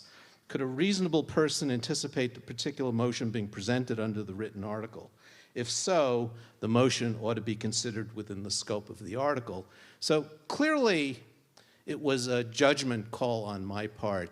And frankly, this one, it could have gone the other way, but I decided to allow it and let it play out. And it's going to be in your hands what to do with it. Another criticism that came in over the chat line has to do with the supplements that were issued. There were a few late-breaking supplements, and it's stated that we didn't notify folks that the supplements were issued. I use the town's notification system, which you should all be on.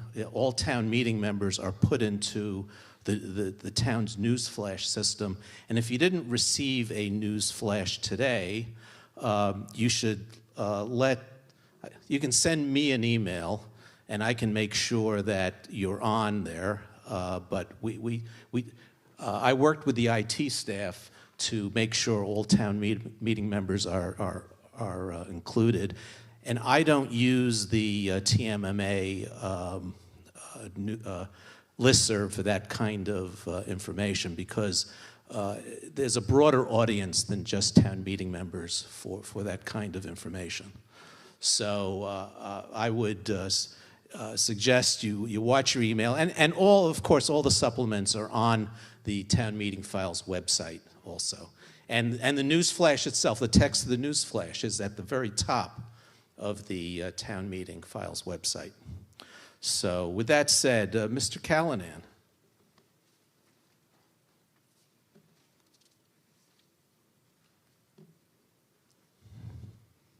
Good evening. My name is Joe Callanan. I'm town council. But based on my training, education, and experience as a government lawyer for 25 years, many of those as specializing in real estate litigation for the state's largest landowner, the Commonwealth of Massachusetts. In my opinion, if adopted, Warrant Article 8 would be illegal as it seeks to regulate an activity through a general bylaw the town has traditionally regulated through zoning. An amendment to the warrant article that would remove this illegality is as simple as changing one word, general, as in general bylaw, and changing it to zoning, as in zoning bylaw. That's my sole concern. Without that single word change, however, both the petitioner's warrant article and the substitute warrant article are unenforceable. I shared with Advisory Committee, the Land Use Subcommittee, a draft memo of mine on September 26th. Although not in the combined reports, it's at the agenda packet for the November 6th Advisory Committee meeting, item 2B9. It's 5 pages long, it's 2,600 words, it has 660 pages, it has an attachment with 18 references to zoning of outdoor lighting in our general and zoning bylaws. It has 4 different cases. And to quickly summarize, those cases from Massachusetts courts lay out the legal framework for when a municipality can choose to regulate land use through either its general or zoning bylaw authorities. The circumstances under which a general bylaw impermissibly intrudes upon the subject regulated by zoning are addressed in these cases. Warrant Article 8 seeks to regulate light trespass and glare. Previously, the town has regulated this aspect of outdoor lighting through zoning.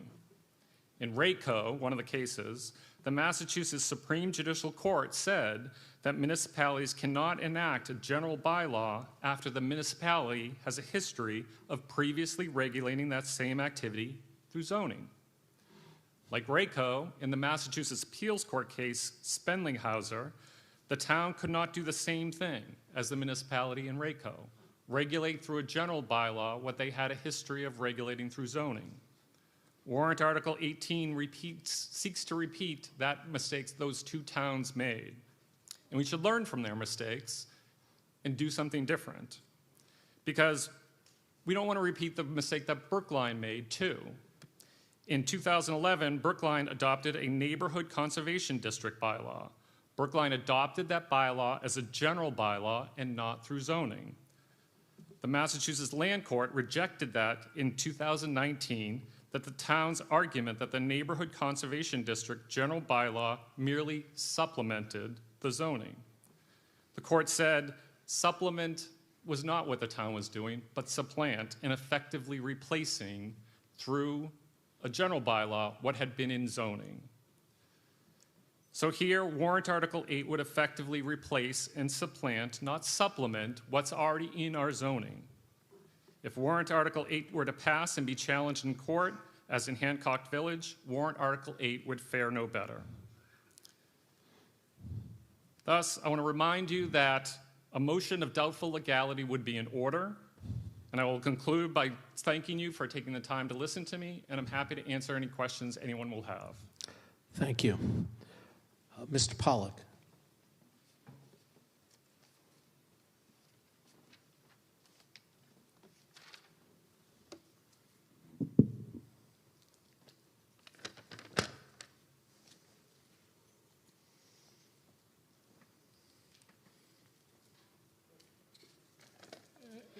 David Pollack, Town Meeting Member, Precinct 11, speaking for the Advisory Committee. By a vote of 15 to 10, the AC recommends that the subject matter of Warrant Article 8 be referred to a Moderators Committee with the expectation that they bring an article suitable for inclusion to an upcoming town meeting in 2026. This article has been extensively and almost continuously revised since it was published in the warrant, including many substantive changes in just the past few days, such as moving where light trespass is measured from 5 feet beyond the property line to at the property line, adding maximum light output per lot of 1,500 lumens, which is about the equivalent of a conventional 150-watt bulb, an incandescent bulb that you can't buy anymore. Even for holiday lighting, even for shielded light fixtures. This equally applies to tiny lots in Brookline Village or 10-acre lots backing up to the country club.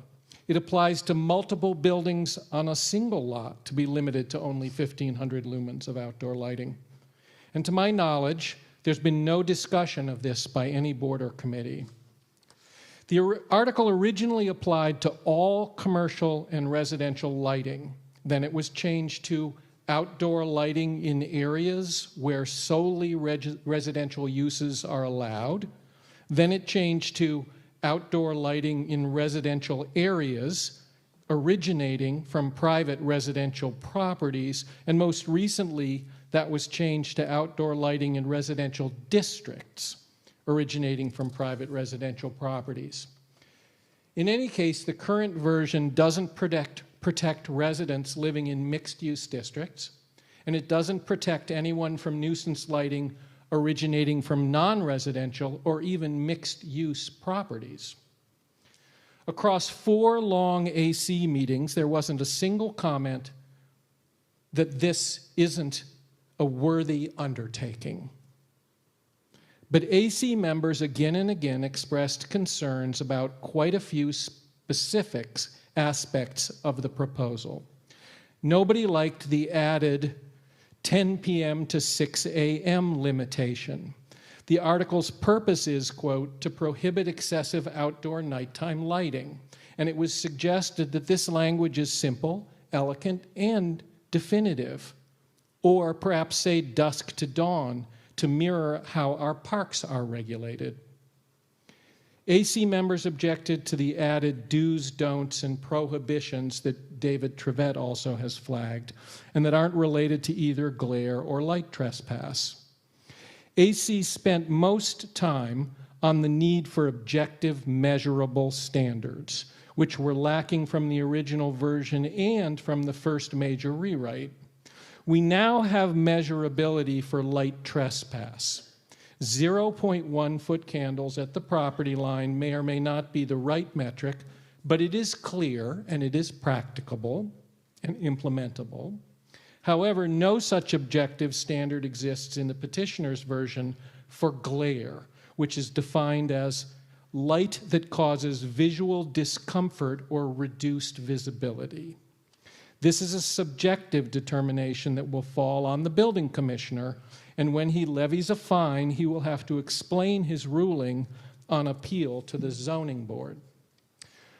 All of the petitioners, David Trevette, planning, building, and legal department staff, select board members, and many others have been working really hard to get this into a coherent shape. But they are pulling or being pulled in too many directions, and it hasn't happened. What is before us is confused and confusing, and it's not good law. A moderator's committee will be able to sort this out and bring us legislation that is resolved in all the ways Warrant Article 8 is not. The moderator's committee can hold public hearings to consider the petitioner's original intention of advancing a dark sky regulation, something they were discouraged from doing at the outset of this current process. And we will all benefit from an inclusive public process that asks whether this should be a sustainability regulation, a general outdoor illumination regulation, or a nuisance regulation. The Moderators Committee can draft objective, measurable standards for all and not just some of the things being regulated. And the Moderators Committee can work with Town Council to get clear guidance from the Attorney General's office on both the legality of enacting outdoor lighting regulation within the general bylaw, as well as what changes to the zoning bylaw might be necessary in order to complete that process. Let's do this right, and that requires a bit more time and consideration. The Advisory Committee recommends referral. Thank you. It's going to be a while Mr. before we Moderator. get to questions. Point of order. Okay. At the beginning of Mr. Pollock's speech, he said that who are you? Oh, I apologize. David Titel, Town Meeting Member, Precinct 8, one of the co-petitioners for Warrant Article 8. Point of order. At the beginning of Mr. Pollock's speech, he said that the vote for referral was 15 to 10. That is incorrect. The vote for referral was 12 to 10. The vote about revisiting the referral vote was 15 to 10. The original vote for referral was 12 to 10.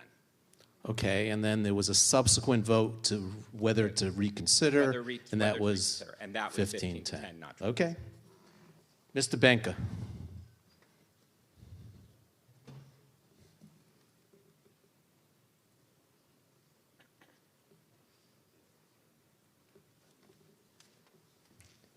After Mr. Benka is Mr. Hines.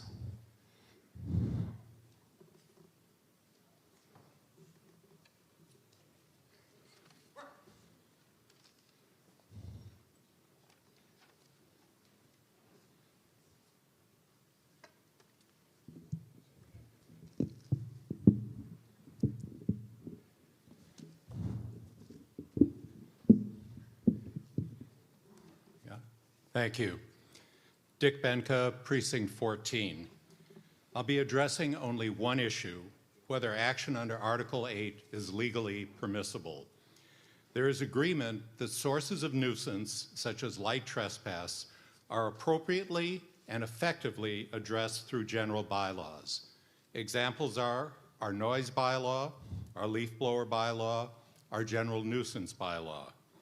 The legal constraint is that if a subject is governed, quote, in comprehensive fashion, unquote, in a municipality's zoning bylaw, you cannot then turn around and impose other regulations on the subject through a general bylaw. So what is our actual history and the position of Town Council's office? We start with position number 1, last year. At last November's town meeting, the Planning Department proposed a zoning bylaw to address outdoor lighting in residential districts. As the Select Board reported, Town Council's office expressed the opinion that as long as 2 provisions in the Planning Department article related to light trespass were removed, it, quote, would allow a future general bylaw to be proposed without conflict with the zoning bylaw, unquote. Well, those 2 provisions of concern were never enacted.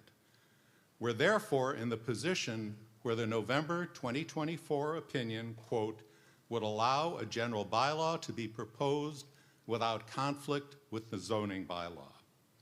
So fast forward to this year, position number 2. In a new September 2025 memorandum, Town Council's office questioned the legality of a general bylaw. It relied on Section 701N of the zoning bylaw as dispositive. That section states, all lighting shall be installed and maintained so that no direct light or glare shines on any street or nearby property. Sounds pretty comprehensive, doesn't it? But the memorandum missed one point. The section applies only to lighting on signs. It is not regulation on residential light trespass in comprehensive fashion.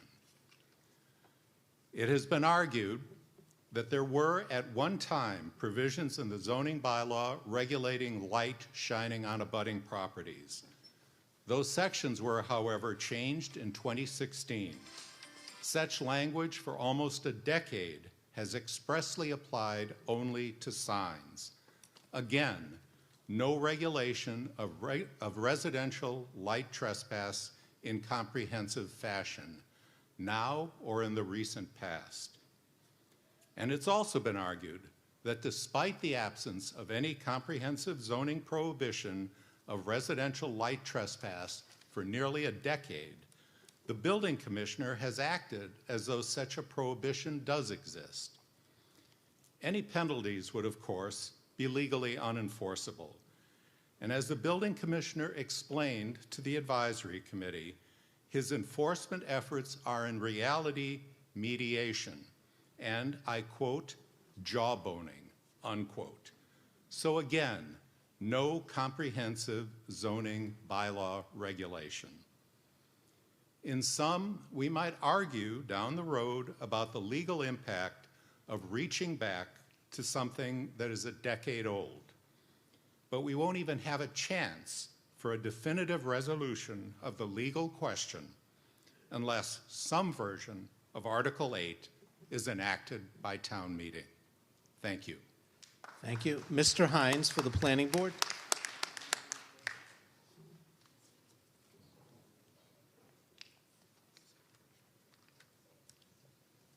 Blair Hines on behalf of the Planning Board.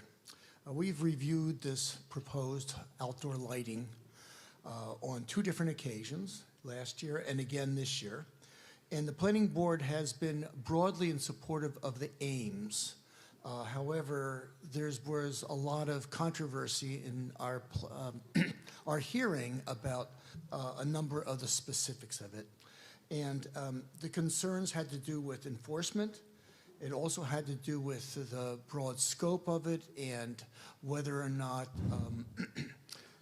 residents would be aware of this zoning article. So we talked about it quite a bit, and at the end, when it came to a vote, we were divided 3-3, with those in favor, thinking that this was important and we should just proceed and see how the chips fall.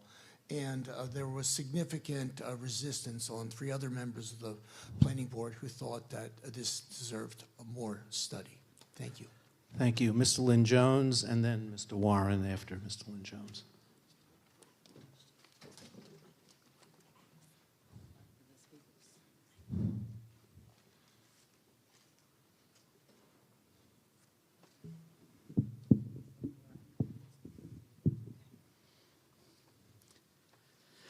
Thank you, Mr. Moderator. I'm Sean Lynn Jones, town meeting member from Precinct 1, and also president of the Brookline Green Space Alliance. And I am speaking for the Green Space Alliance, which recommends favorable action on the petitioner's motion, the main motion, and no action on the motion to refer, and no action on the substitute motion. The Green Space Alliance is supporting Article 8 because we generally support movement toward adopting dark sky principles and standards.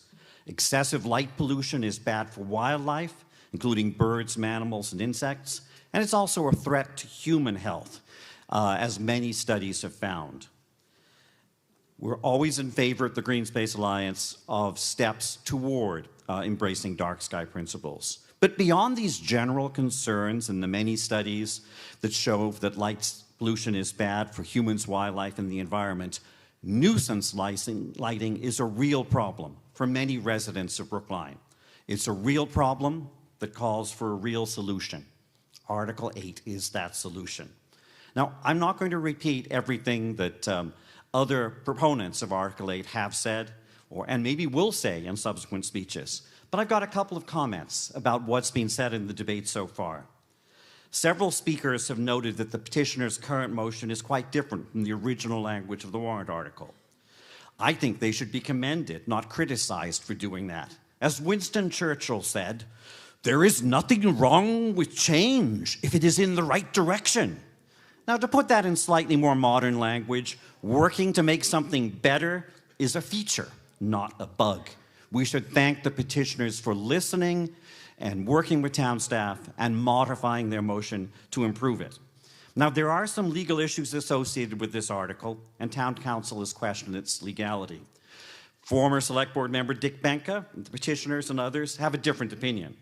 I'm not a lawyer, but lawyers disagree. It's their job. It's what they're trained to do. Just read almost any Supreme Court opinion on a high-profile issue.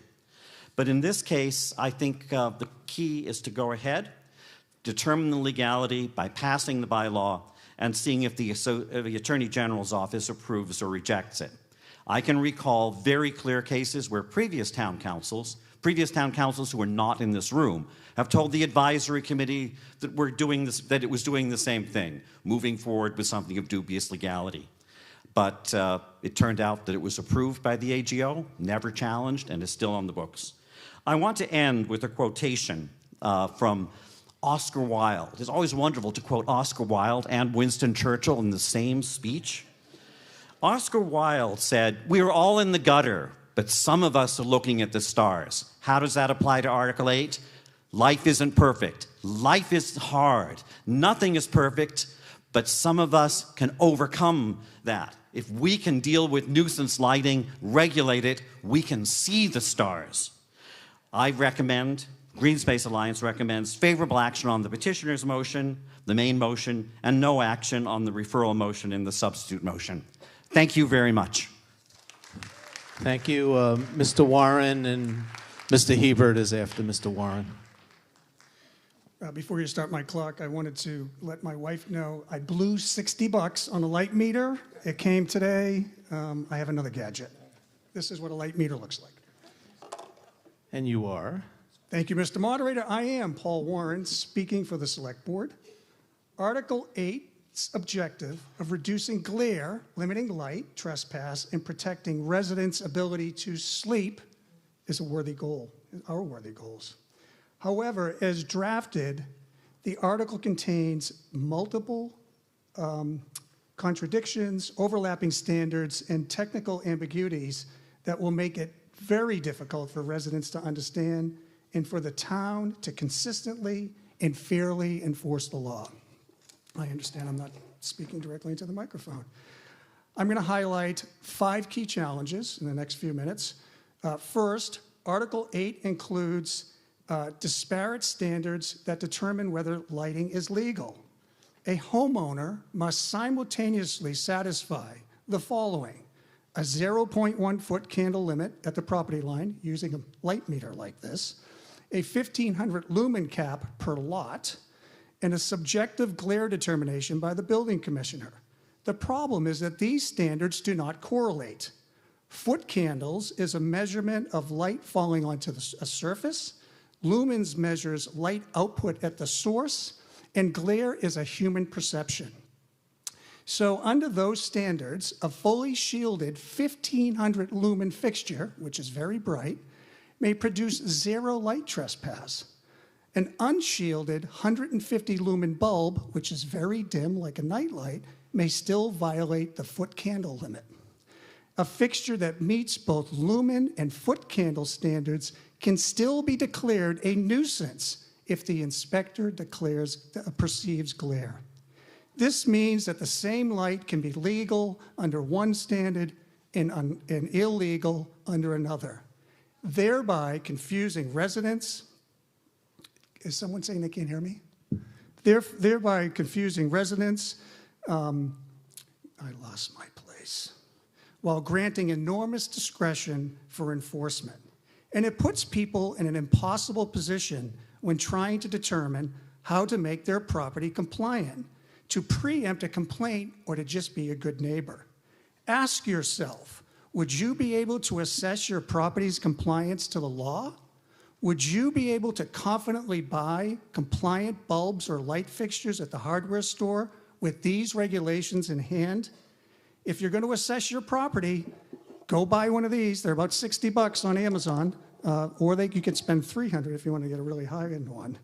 And they're not very technical, but they're not easy to use. Second, the article's exemption seems to contradict its general requirements, leaving residents unsure of which rules apply. For example, decorative sconces appear to be exempted in one section, but elsewhere, the bylaw says all luminaires must be fully shielded and fit under a total lumen cap for the property. Seasonal lighting is exempted in Section 2, then partially regulated with lumen limits and curfews in Section 4. Cafe lights are exempted in one place and regulated in another. And I'm still not sure if seasonal lights count towards the 1,500 lumen cap for the property.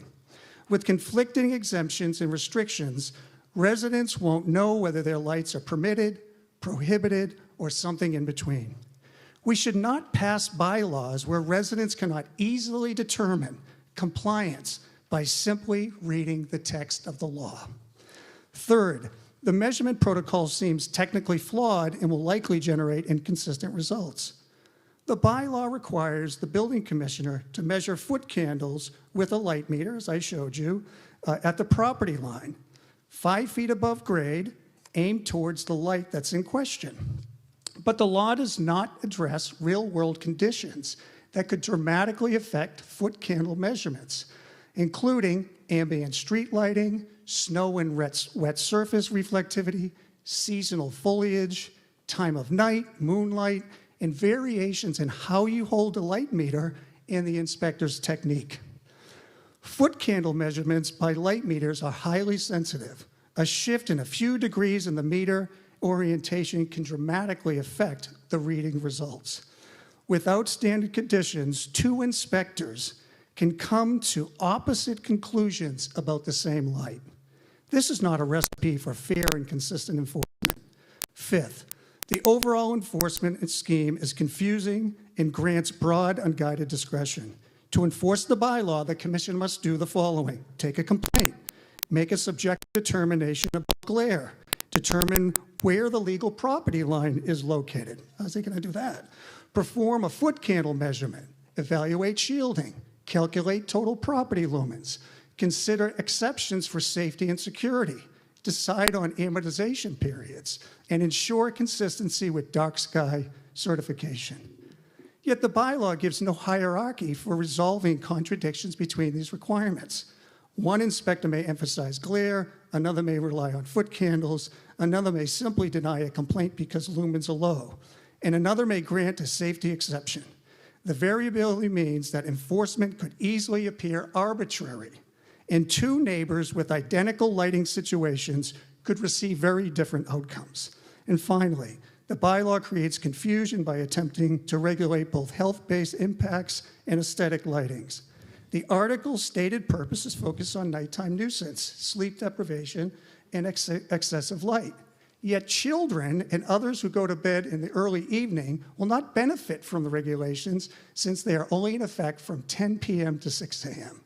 And to add to the confusion, the standards-based aesthetic lighting, including color-changing lights, flashing lights, and decorative lights have no regardless of brightness, glare, or health impact.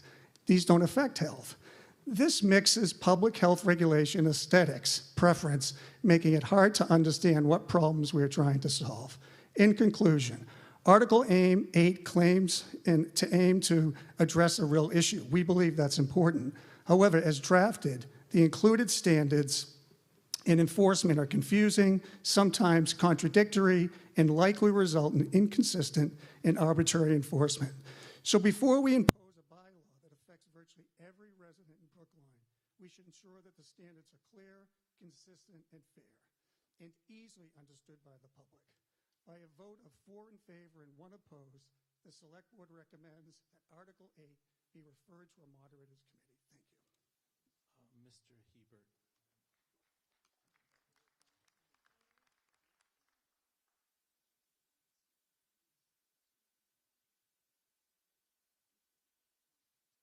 Thank you, Mr. Moderator.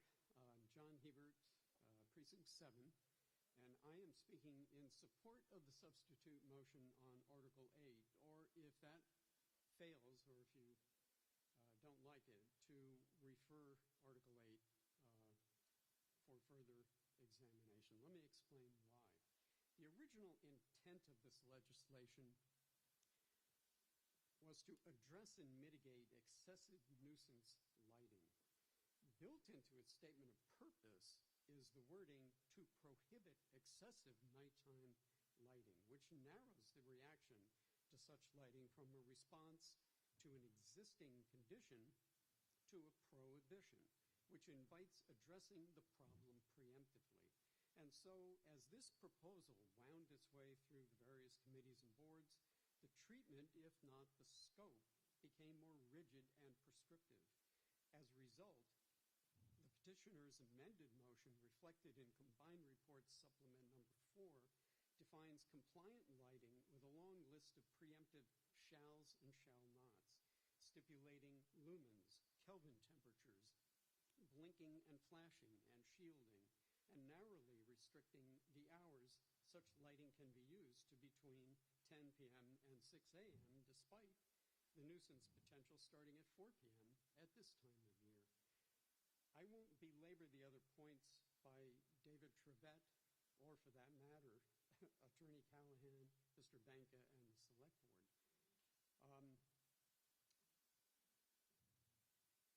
That have already been presented. A wise man familiar with legal contracts once told me that the strongest and most binding contract is the one with the least verbiage. And so what started out as the petitioner's simpler attempt to address nuisance lighting has evolved into this complex set of criteria that not only is burdensome, but may prove unenforceable due to its sheer complexity. And if taken literally, Section 8.xx.4 item F in the list of prohibitions even stipulates that I must turn off the festive, multicolor, low-intensity holiday lighting I've put on my front bushes every year for the past 49, and that I leave on past 10 p.m. to provide color and cheer during the darkest hours of the darkest days of the year. Although the chances of complaint are small, that item F is sufficiently ambiguous to enable and potentially enforce such complaint. In short, because the petitioner's amended motion now attempts to regulate every aspect of outdoor residential lighting, which is a moving target as new technologies emerge, it may introduce measures that will make our lives less happy while increasing the burden on designing, planning, and enforcement, as well as the costs of renovation and new construction, if only due to the accompanying lawyers' fees required to ensure preemptive compliance. The substitute motion is simple enough to put in practice without forcing ourselves into an unnecessarily costly regulatory straitjacket, and to amend it in the future if needed. And in this regard, simplicity is better. I encourage town meeting to vote for the Trevette substitute motion or for a referral of the main motion. Thank you. Thank you. I'm going to have one more speaker. This is Jocelyn Murphy for the petitioner's motion, and then I'll go to the mic. By my calculation, after Ms. Murphy, the speakers have been kind of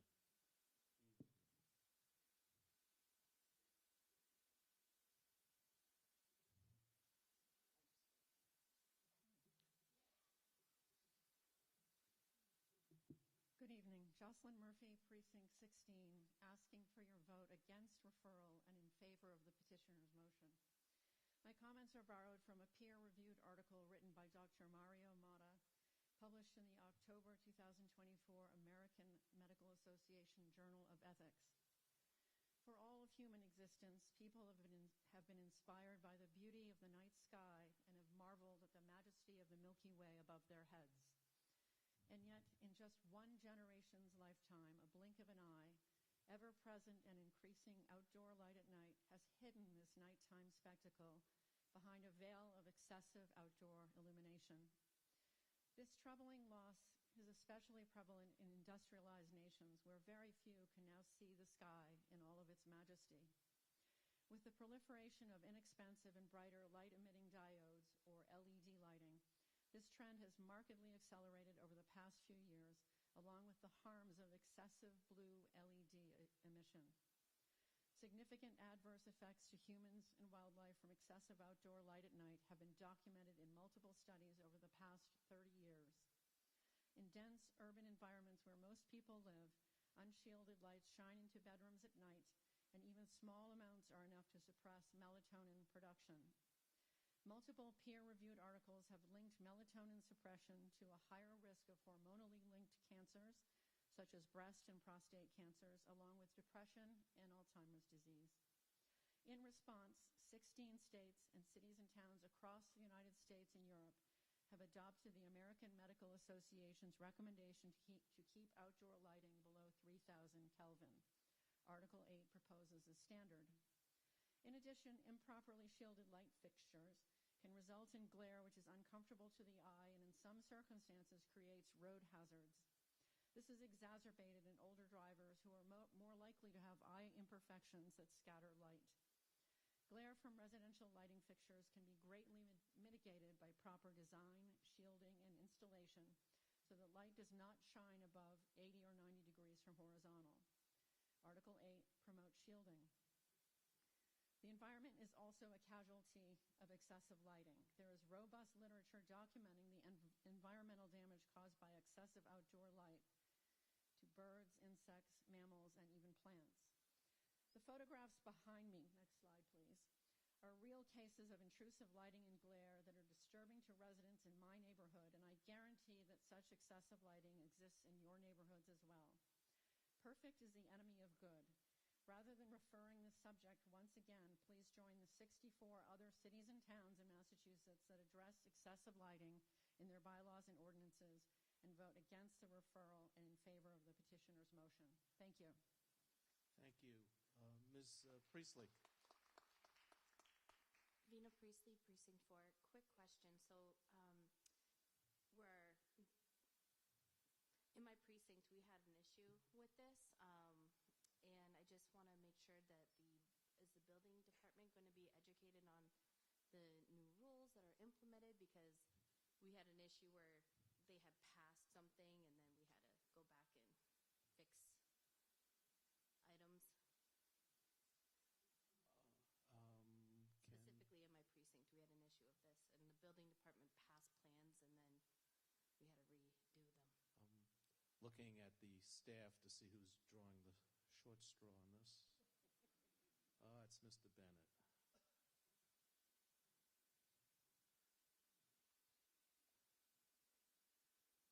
Good evening, Dan Bennett, Building Commissioner.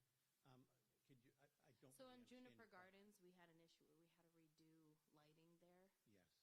Yes. But it was passed by the building department prior of plans. So I'm just wondering. It was not passed by the building department. Oh. So when lighting is replaced, it's only looked at by the electrical inspector, if they get a permit at all. And the electrical inspector has no authority over general bylaw or zoning. So when it was brought to my attention, we worked with the Juniper Gardens. Are you a Juniper Garden resident? Yeah, or a butter? Precinct 4, yeah. So that is still an open situation, and they were hiring a lighting engineer and looking at designs. I don't know where that stands right now, but the lighting that was put in, my understanding was going to be shut off and not turned on.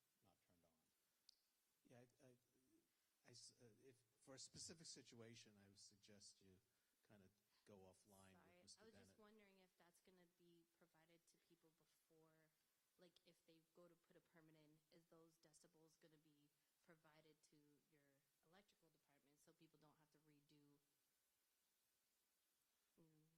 just in general? We'll do our best to educate the public and the wiring inspector on whatever happens here tonight. Okay, thank you so much. Thank you. Ms. Seidman. Katha Seidman, Precinct 2. I really appreciate all the different descriptions of what these different warrant articles are going to do and Different try motions. to do. Motions, sorry. And Paul Warren's description of the complexity of how those warrant articles could be read is very persuasive. I've understood from a lot of back and forth on the town meeting member listserv and in our precinct that that the petitioner's warrant article was described by the planning department and the building department that they could enforce that bylaw, but the substitute motion was not enforceable from their perspective. Could the planning department or the building department explain the difference between the two? Because I'm deeply confused about how they differ in that regard. Thank you. So, Mr. Bennett, can you clear this up? Dan Bennett, Building Commissioner. With respect to the substitute motion,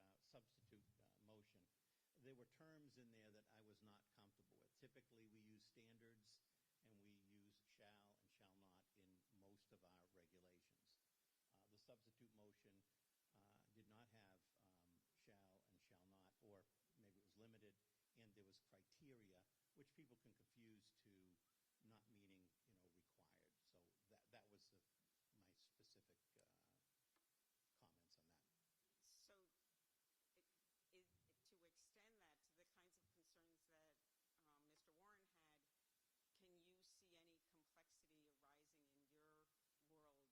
of trying to enforce it? Well, based on a lot of the comments, it seems like it's going to be very difficult. But we'll do our best in the building department. We did work with the petitioners, and we work with the petitioners even though town council has argued that this is not legal. But we're working with the petitioners so that if something does get passed, that is something that we can work with other than just leaving it go and not participate in the process. So building and planning has been involved at many different occasions with the substitute motion, the petitioner's motion, and many other people during advisory and so forth. So, we'll do the best with what we have and go from there, I guess. Okay, Mr. Leibovitz. Thank you, Mr. Moderator. Alec Lebovitz, Town Meeting Member, Precinct 8. I wanted to return to a claim that was made by the proponents of the substitute motion that the standards included in the petitioner motion have not been vetted. And I was hoping to learn more potentially from the petitioners about from where these standards came and how they were developed during this warrant article process.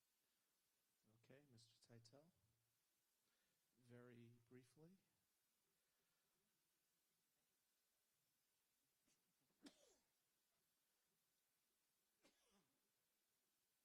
David Titel, Town Meeting Member, Precinct 8, speaking on behalf of the co-petitioners. The answer is that we went and looked for best practices. So we looked at the standards that we see in dark sky legislation. We looked to see what was in neighboring Commonwealth areas like Cambridge. We went to look and see what was in similar type towns, the ones I listed in the presentation. So rather than go through the long, tedious process of trying to figure out our own standards, the rationale was we'd let other people do that work for us and find what the best practice standards were and go on those, and then worked with planning and building to make sure that everybody was in alignment, that those were acceptable. That's where those numbers came from. Thank you. Thanks so much. Thank you. Sir. Yes, thank you. Maxim Shainin, Town Meeting Member, Precinct 6. So I think while most of us are probably in agreement with the overall goals, the devil's in the details, and details matter, as was highlighted. And I specifically would like to zero in on the lumen per lot language limitation in the main article. So as number one, it was mentioned, it creates significant inequity because we have very different lot sizes in Brookline, but they will all be subject to the same limitation. And secondly, this will put Brookline in a much more restricted category than any other place in the U.S.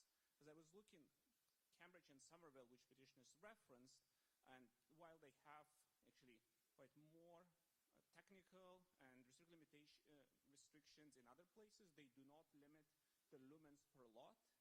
And I've been able to identify from a search just a couple of instances in other places in the U.S. where that limitation exists, and it's at 10,000 to 20,000 lumens per lot.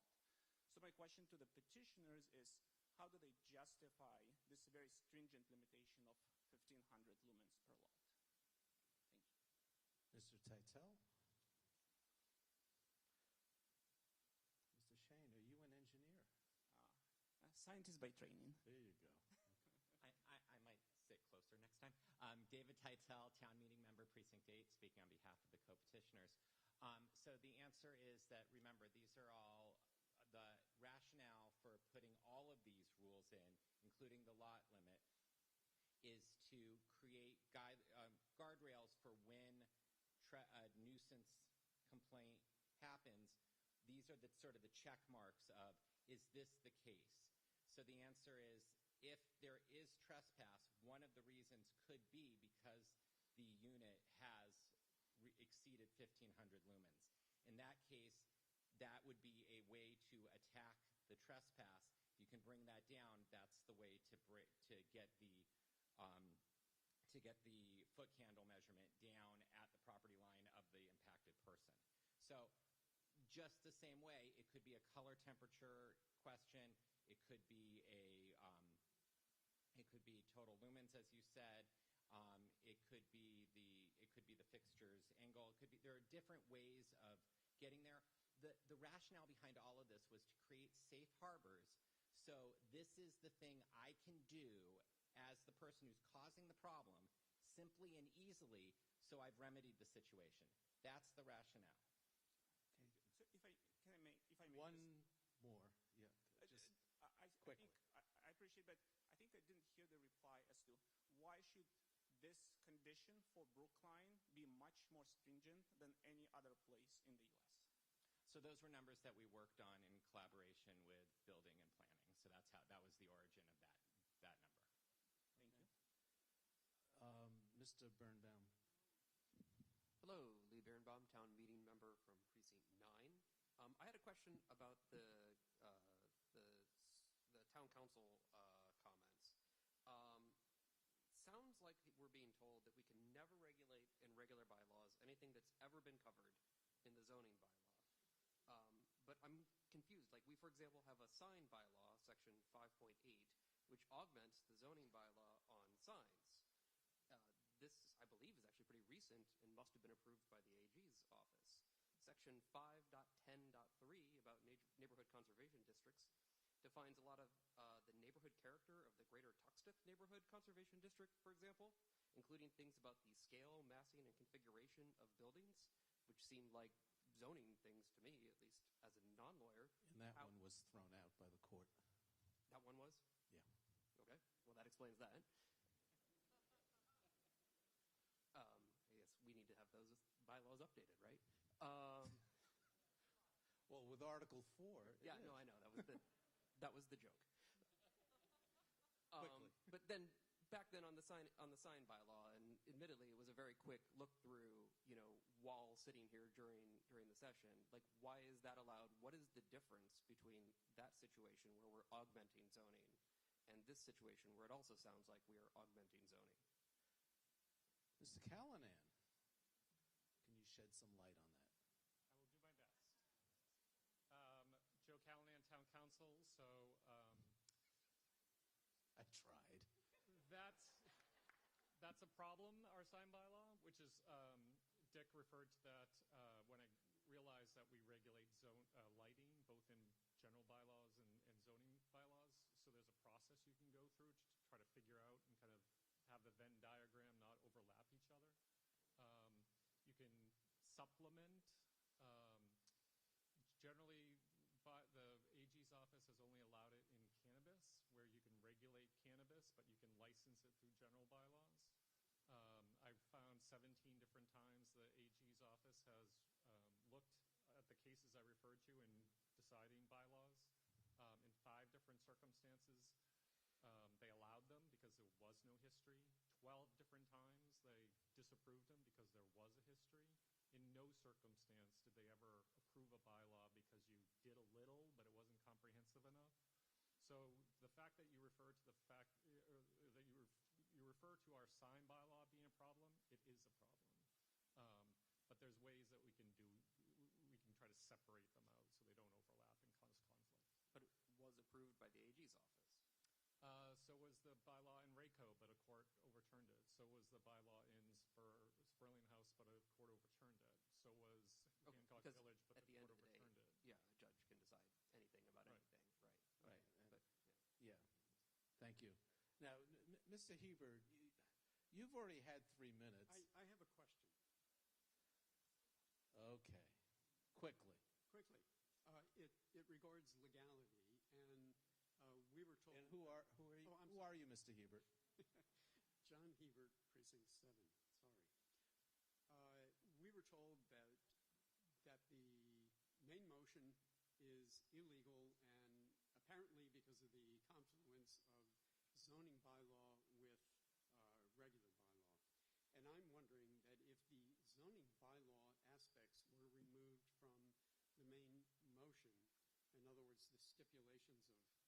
prescriptive stipulations of what lighting there may be and shielding, etc., if that would make it allow it to be legal. Thank you. Well, of course, that's not going to happen at this town meeting. So I don't know if you can even answer that.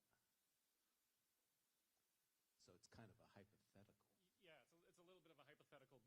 That is my concern. If what's before you is a zoning bylaw, then I wouldn't have a concern. Problem is that's going to be beyond the scope because right now it's a general bylaw that only needs 50%. A zoning bylaw needs 2/3. It needs hearings before the planning board. So next spring, that would be perfect.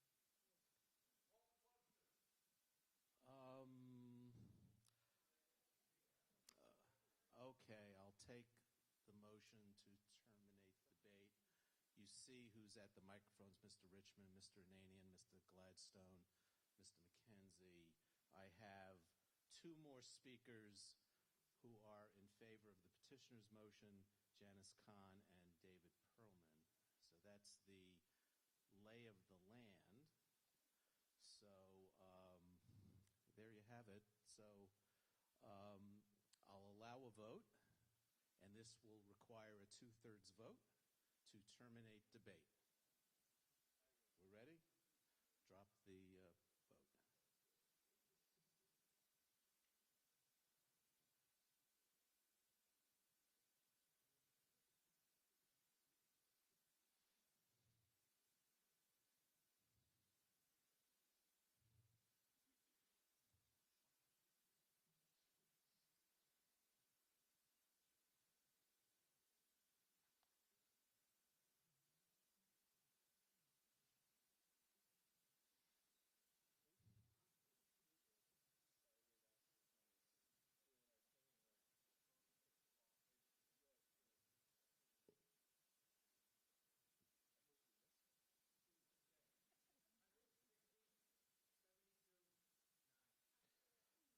The motion fails. 160. Oh, it passes. My quick math. Thank you for keeping me on my toes. The pass 160 to 72 to 9.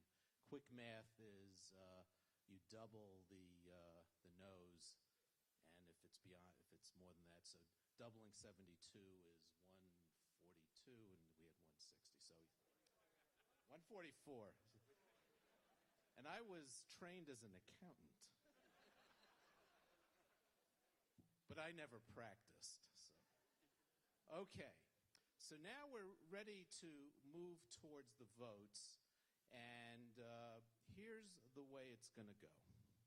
The first vote is the referral motion, which is on supplement 2, page 6. And it's a referral to a moderators committee, which I would appoint, and I'd hope to appoint it quickly if it passes. And if that passes, we're done. If it doesn't pass, we would then move to the substitute motion. That's Mr. Trevet's motion, which is on supplement 3, pages 1 through 3. And then if that passes, it becomes the main motion, then we vote that. If it fails, we would then vote the petitioner's motion, which would be the last motion. So there could be as many as 3 votes here. It's either 1 or 3 votes. So are we clear that the first motion is a motion to refer it to a moderators committee? So everyone understands that? Okay, so let's do it.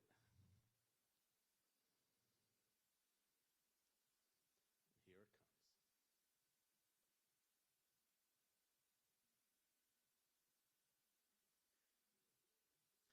And this is a majority vote. All these are majority votes.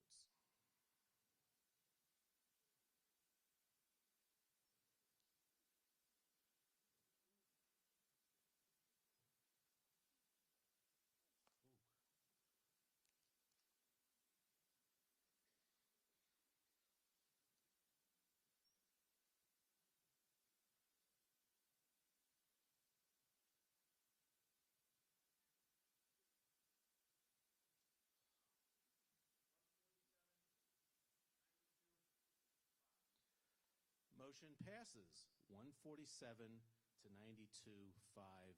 It's now referred to a moderator's committee. And I would like to ask for volunteers. So if you wish to serve, please send me an email. I'm looking for good people. Send me an email, okay? Okay, well, excuse me. We're moving on to Article 9.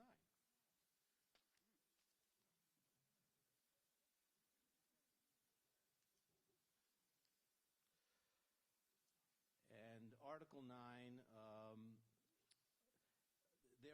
here too, there are a bunch of motions, and everyone has come to an agreement on a specific motion. There have been various motions over time, and the motion which has been agreed to by the petitioner and also the Select Board and Advisory Committee is Supplement 3, pages 1 through 3, and the main motion is made by Mr. Lebovitz, and it's seconded by Ms. Granoff. Oh, I'm sorry, she's not at town meeting, so it's Mr. Warren. Thank you for keeping me straight.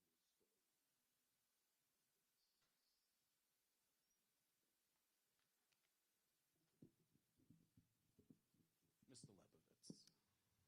Thank you, Mr. Moderator. By the way, before you start, there are scrivener's errors that need to be corrected. And on page 3, what's labeled as section 312B.3, effective date, should be section 840.5, effective date. And on page 4, section 312B, severability, should be section 840.6. Have that, Mr. Clerk? Okay. Now, Mr. Lebovitz. Thank you very much, Mr. Moderator, and good evening, everyone. Alec Lebovitz, Town Meeting Member, Precinct 8, and member of the Advisory Committee, speaking tonight as a petitioner of Warrant Article 9. I'm pleased to announce that there is only a single motion before us tonight under this article, thanks to a compromise reached between the petitioners, the Select Board, and the Brookline Constables. Each party has come together in support of a common goal: to continue the work of the town to support Brookline tenants and combat housing instability. As we continue to grapple with the impacts of the housing crisis, it is worth celebrating the shared commitment to standing with Brookline renters that exists at all levels of our local government. Warrant Article 9 seeks to start the process of bringing Brookline into alignment with other communities in Greater Boston and beyond by creating and distributing a locally focused statement of tenants' rights and resources. The statement will be created via collaboration between multiple town departments and will include information on tenants' rights under state law, how Brookline renters can access legal assistance, the availability of local support and stabilization programs, and how tenants can request town services, including how to request housing and sanitary inspections.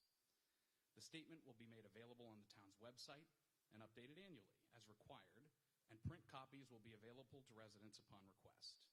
As a, quote, vital document under the town's language access policy, the statement will be translated into the top 5 languages spoken in Brookline proactively, and translation services, as well as a notice for the availability of translation services, would be included in the statement in the top 15 languages spoken in Brookline.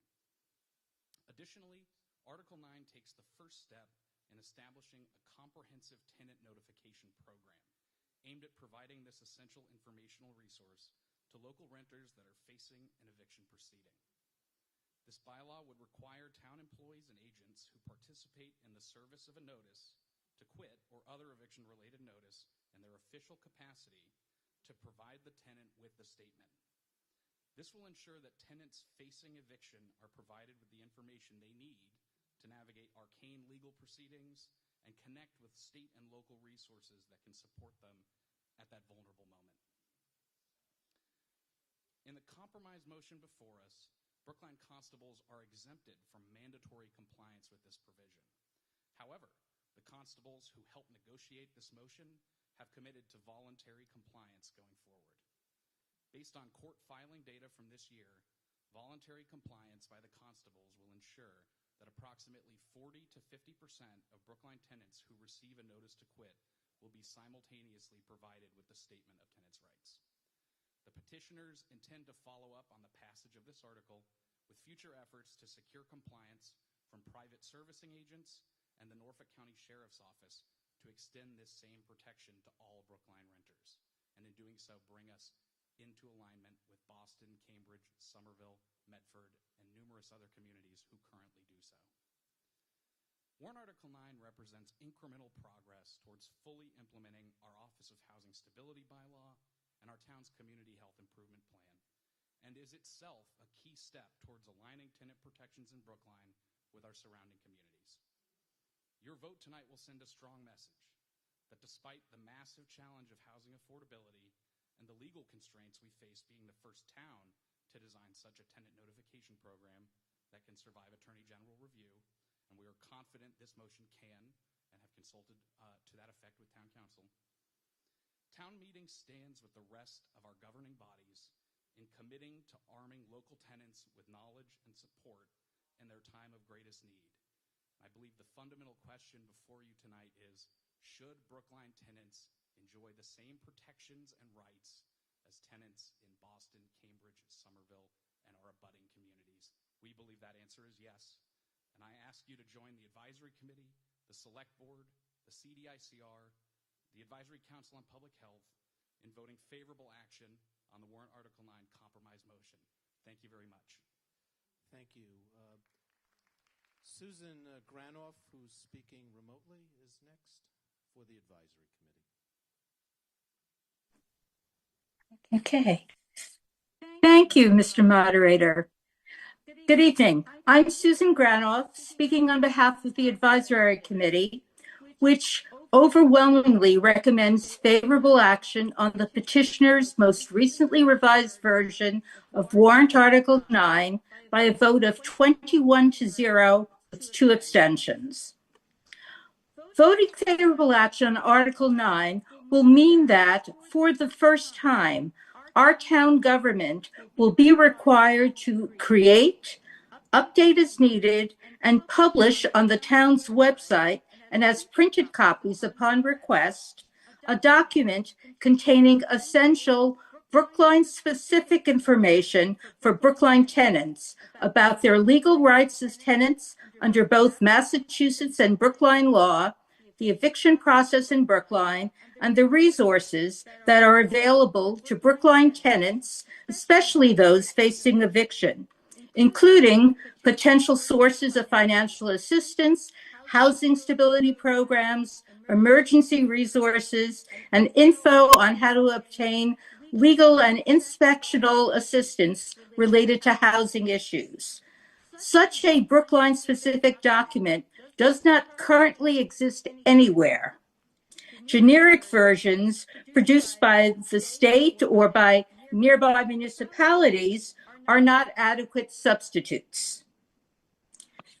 Second, voting favorable action on Article 9 will also mean that, for the first time, agents of the town who are delivering an initial eviction-related notice to tenants will be required to simultaneously deliver a copy of this document to the tenants being served. Although for Brookline constables, compliance with this provision will be voluntary rather than mandatory.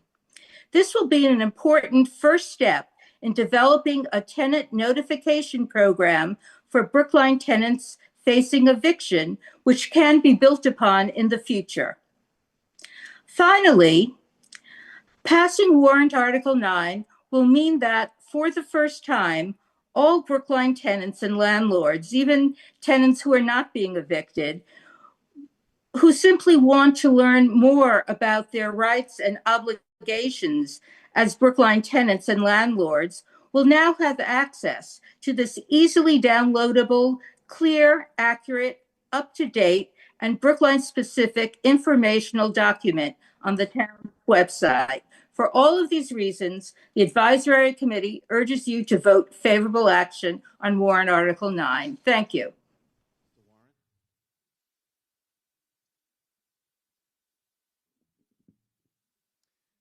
Good evening again. Paul Warren speaking for the Select Board. First, I want to acknowledge and thank Alec in his co-petitioners for bringing this article forward.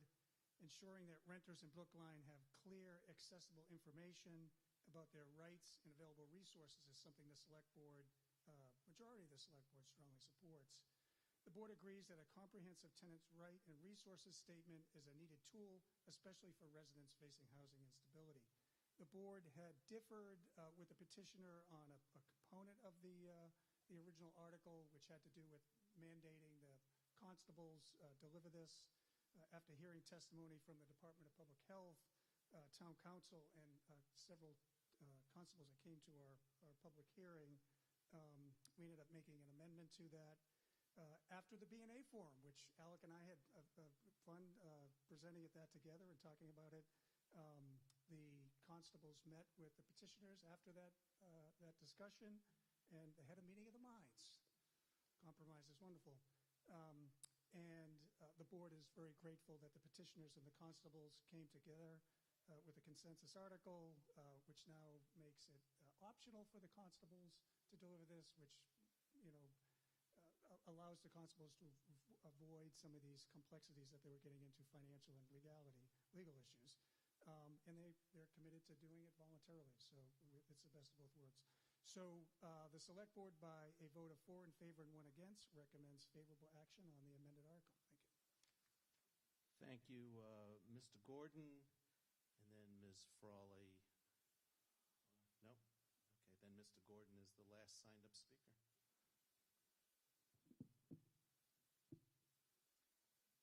Thank you, Mr. Moderator. Neil Gordon, Precinct 1 Town Meeting Member, member of the Advisory Committee, long-serving Brookline Constable, and a member of the town's Homelessness Task Force. As printed in the warrant, Article 9's petitioners asked for a comprehensive renter's handbook. What we're considering tonight is significantly less than that. But as my grandmother might have said, shot and shot is neat. It wouldn't hurt.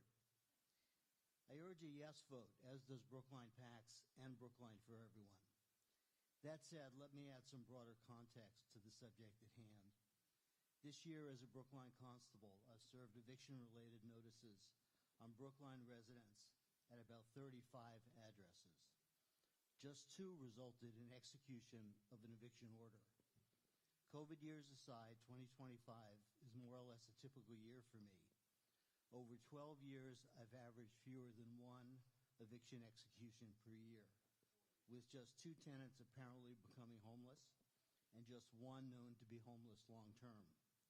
The substantial majority of my work involves months of past due rent in substantial amounts.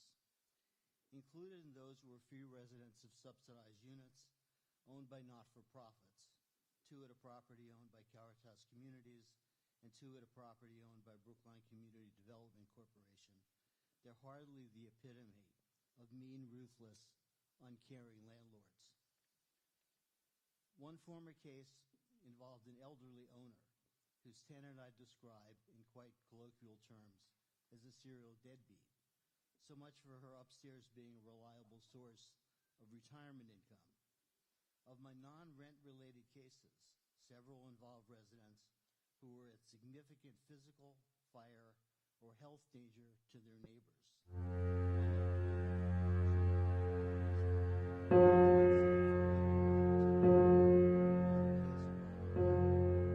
Protective order against her tenant, known to have an arsenal of firearms, including assault weapons. Lastly, I want to speak to a perceived power imbalance between landlord, often characterized as abuser, and tenant, often perceived as victim. Note the cases I cited. Note also the thousands of Brookline's resident landlords, those who rent half of a 2-family or a single room. They quite often come to me without legal counsel, unsure of their rights, and importantly, unaware of resources available to their tenants. They are most often reluctant evictors, at their expense having deferred and delayed as best they could. As life often is, it's complicated, and this is complicated also. So please vote yes on Article 9, but recognize there's a lot more work to be done. Thank you. Thank you. I have a motion to call the question, but before you second it, there are no more speakers, so we don't need a motion to call the question. We're ready to vote. I have one more Scrivener's error. I announced a Scrivener's error before. I'm going to change that Scrivener's error. I'm told this says section 8.40 throughout, 8.40.1, 2, et cetera, et cetera. I'm told that 840 is already taken, so we're going to replace the 40 with XX, and then the town clerk will figure out what is the proper number. So all references to 8.40 are changed to 8.XX. So with that said, I think we're ready to vote. So this is a majority vote. A yes is to approve the new bylaw, and a no is to reject it. So drop the vote.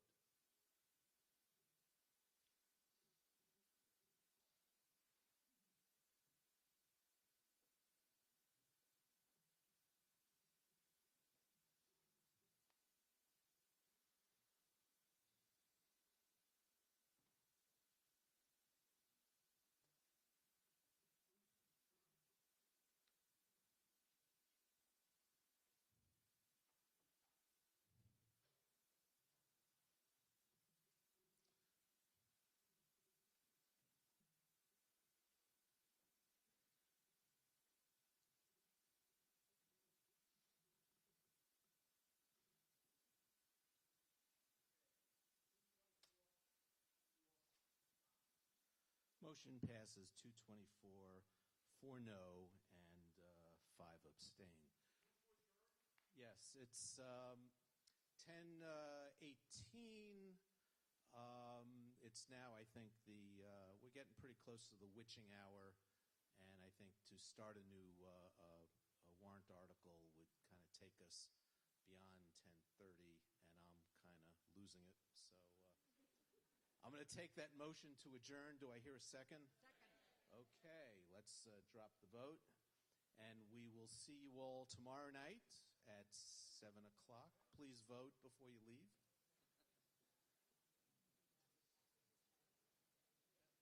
And with a little bit of luck and efficiency, we can hopefully finish tomorrow. Famous last words.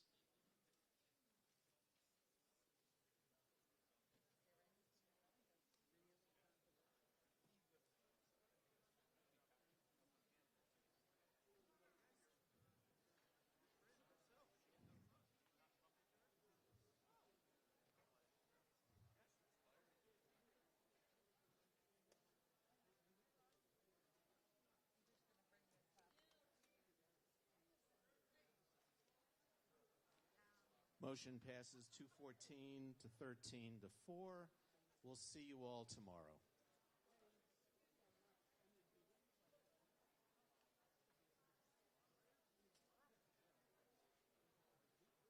This broadcast is proudly sponsored by the Brookline-based cardiology startup BioWare, a strategic collaboration between MIT and Mass General Brigham.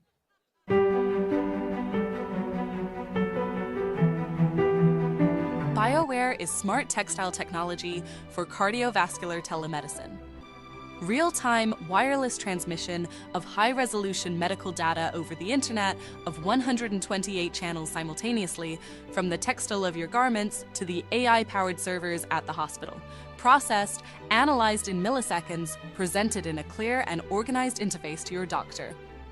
We believe this is unprecedented medical technology, created right here in Brookline.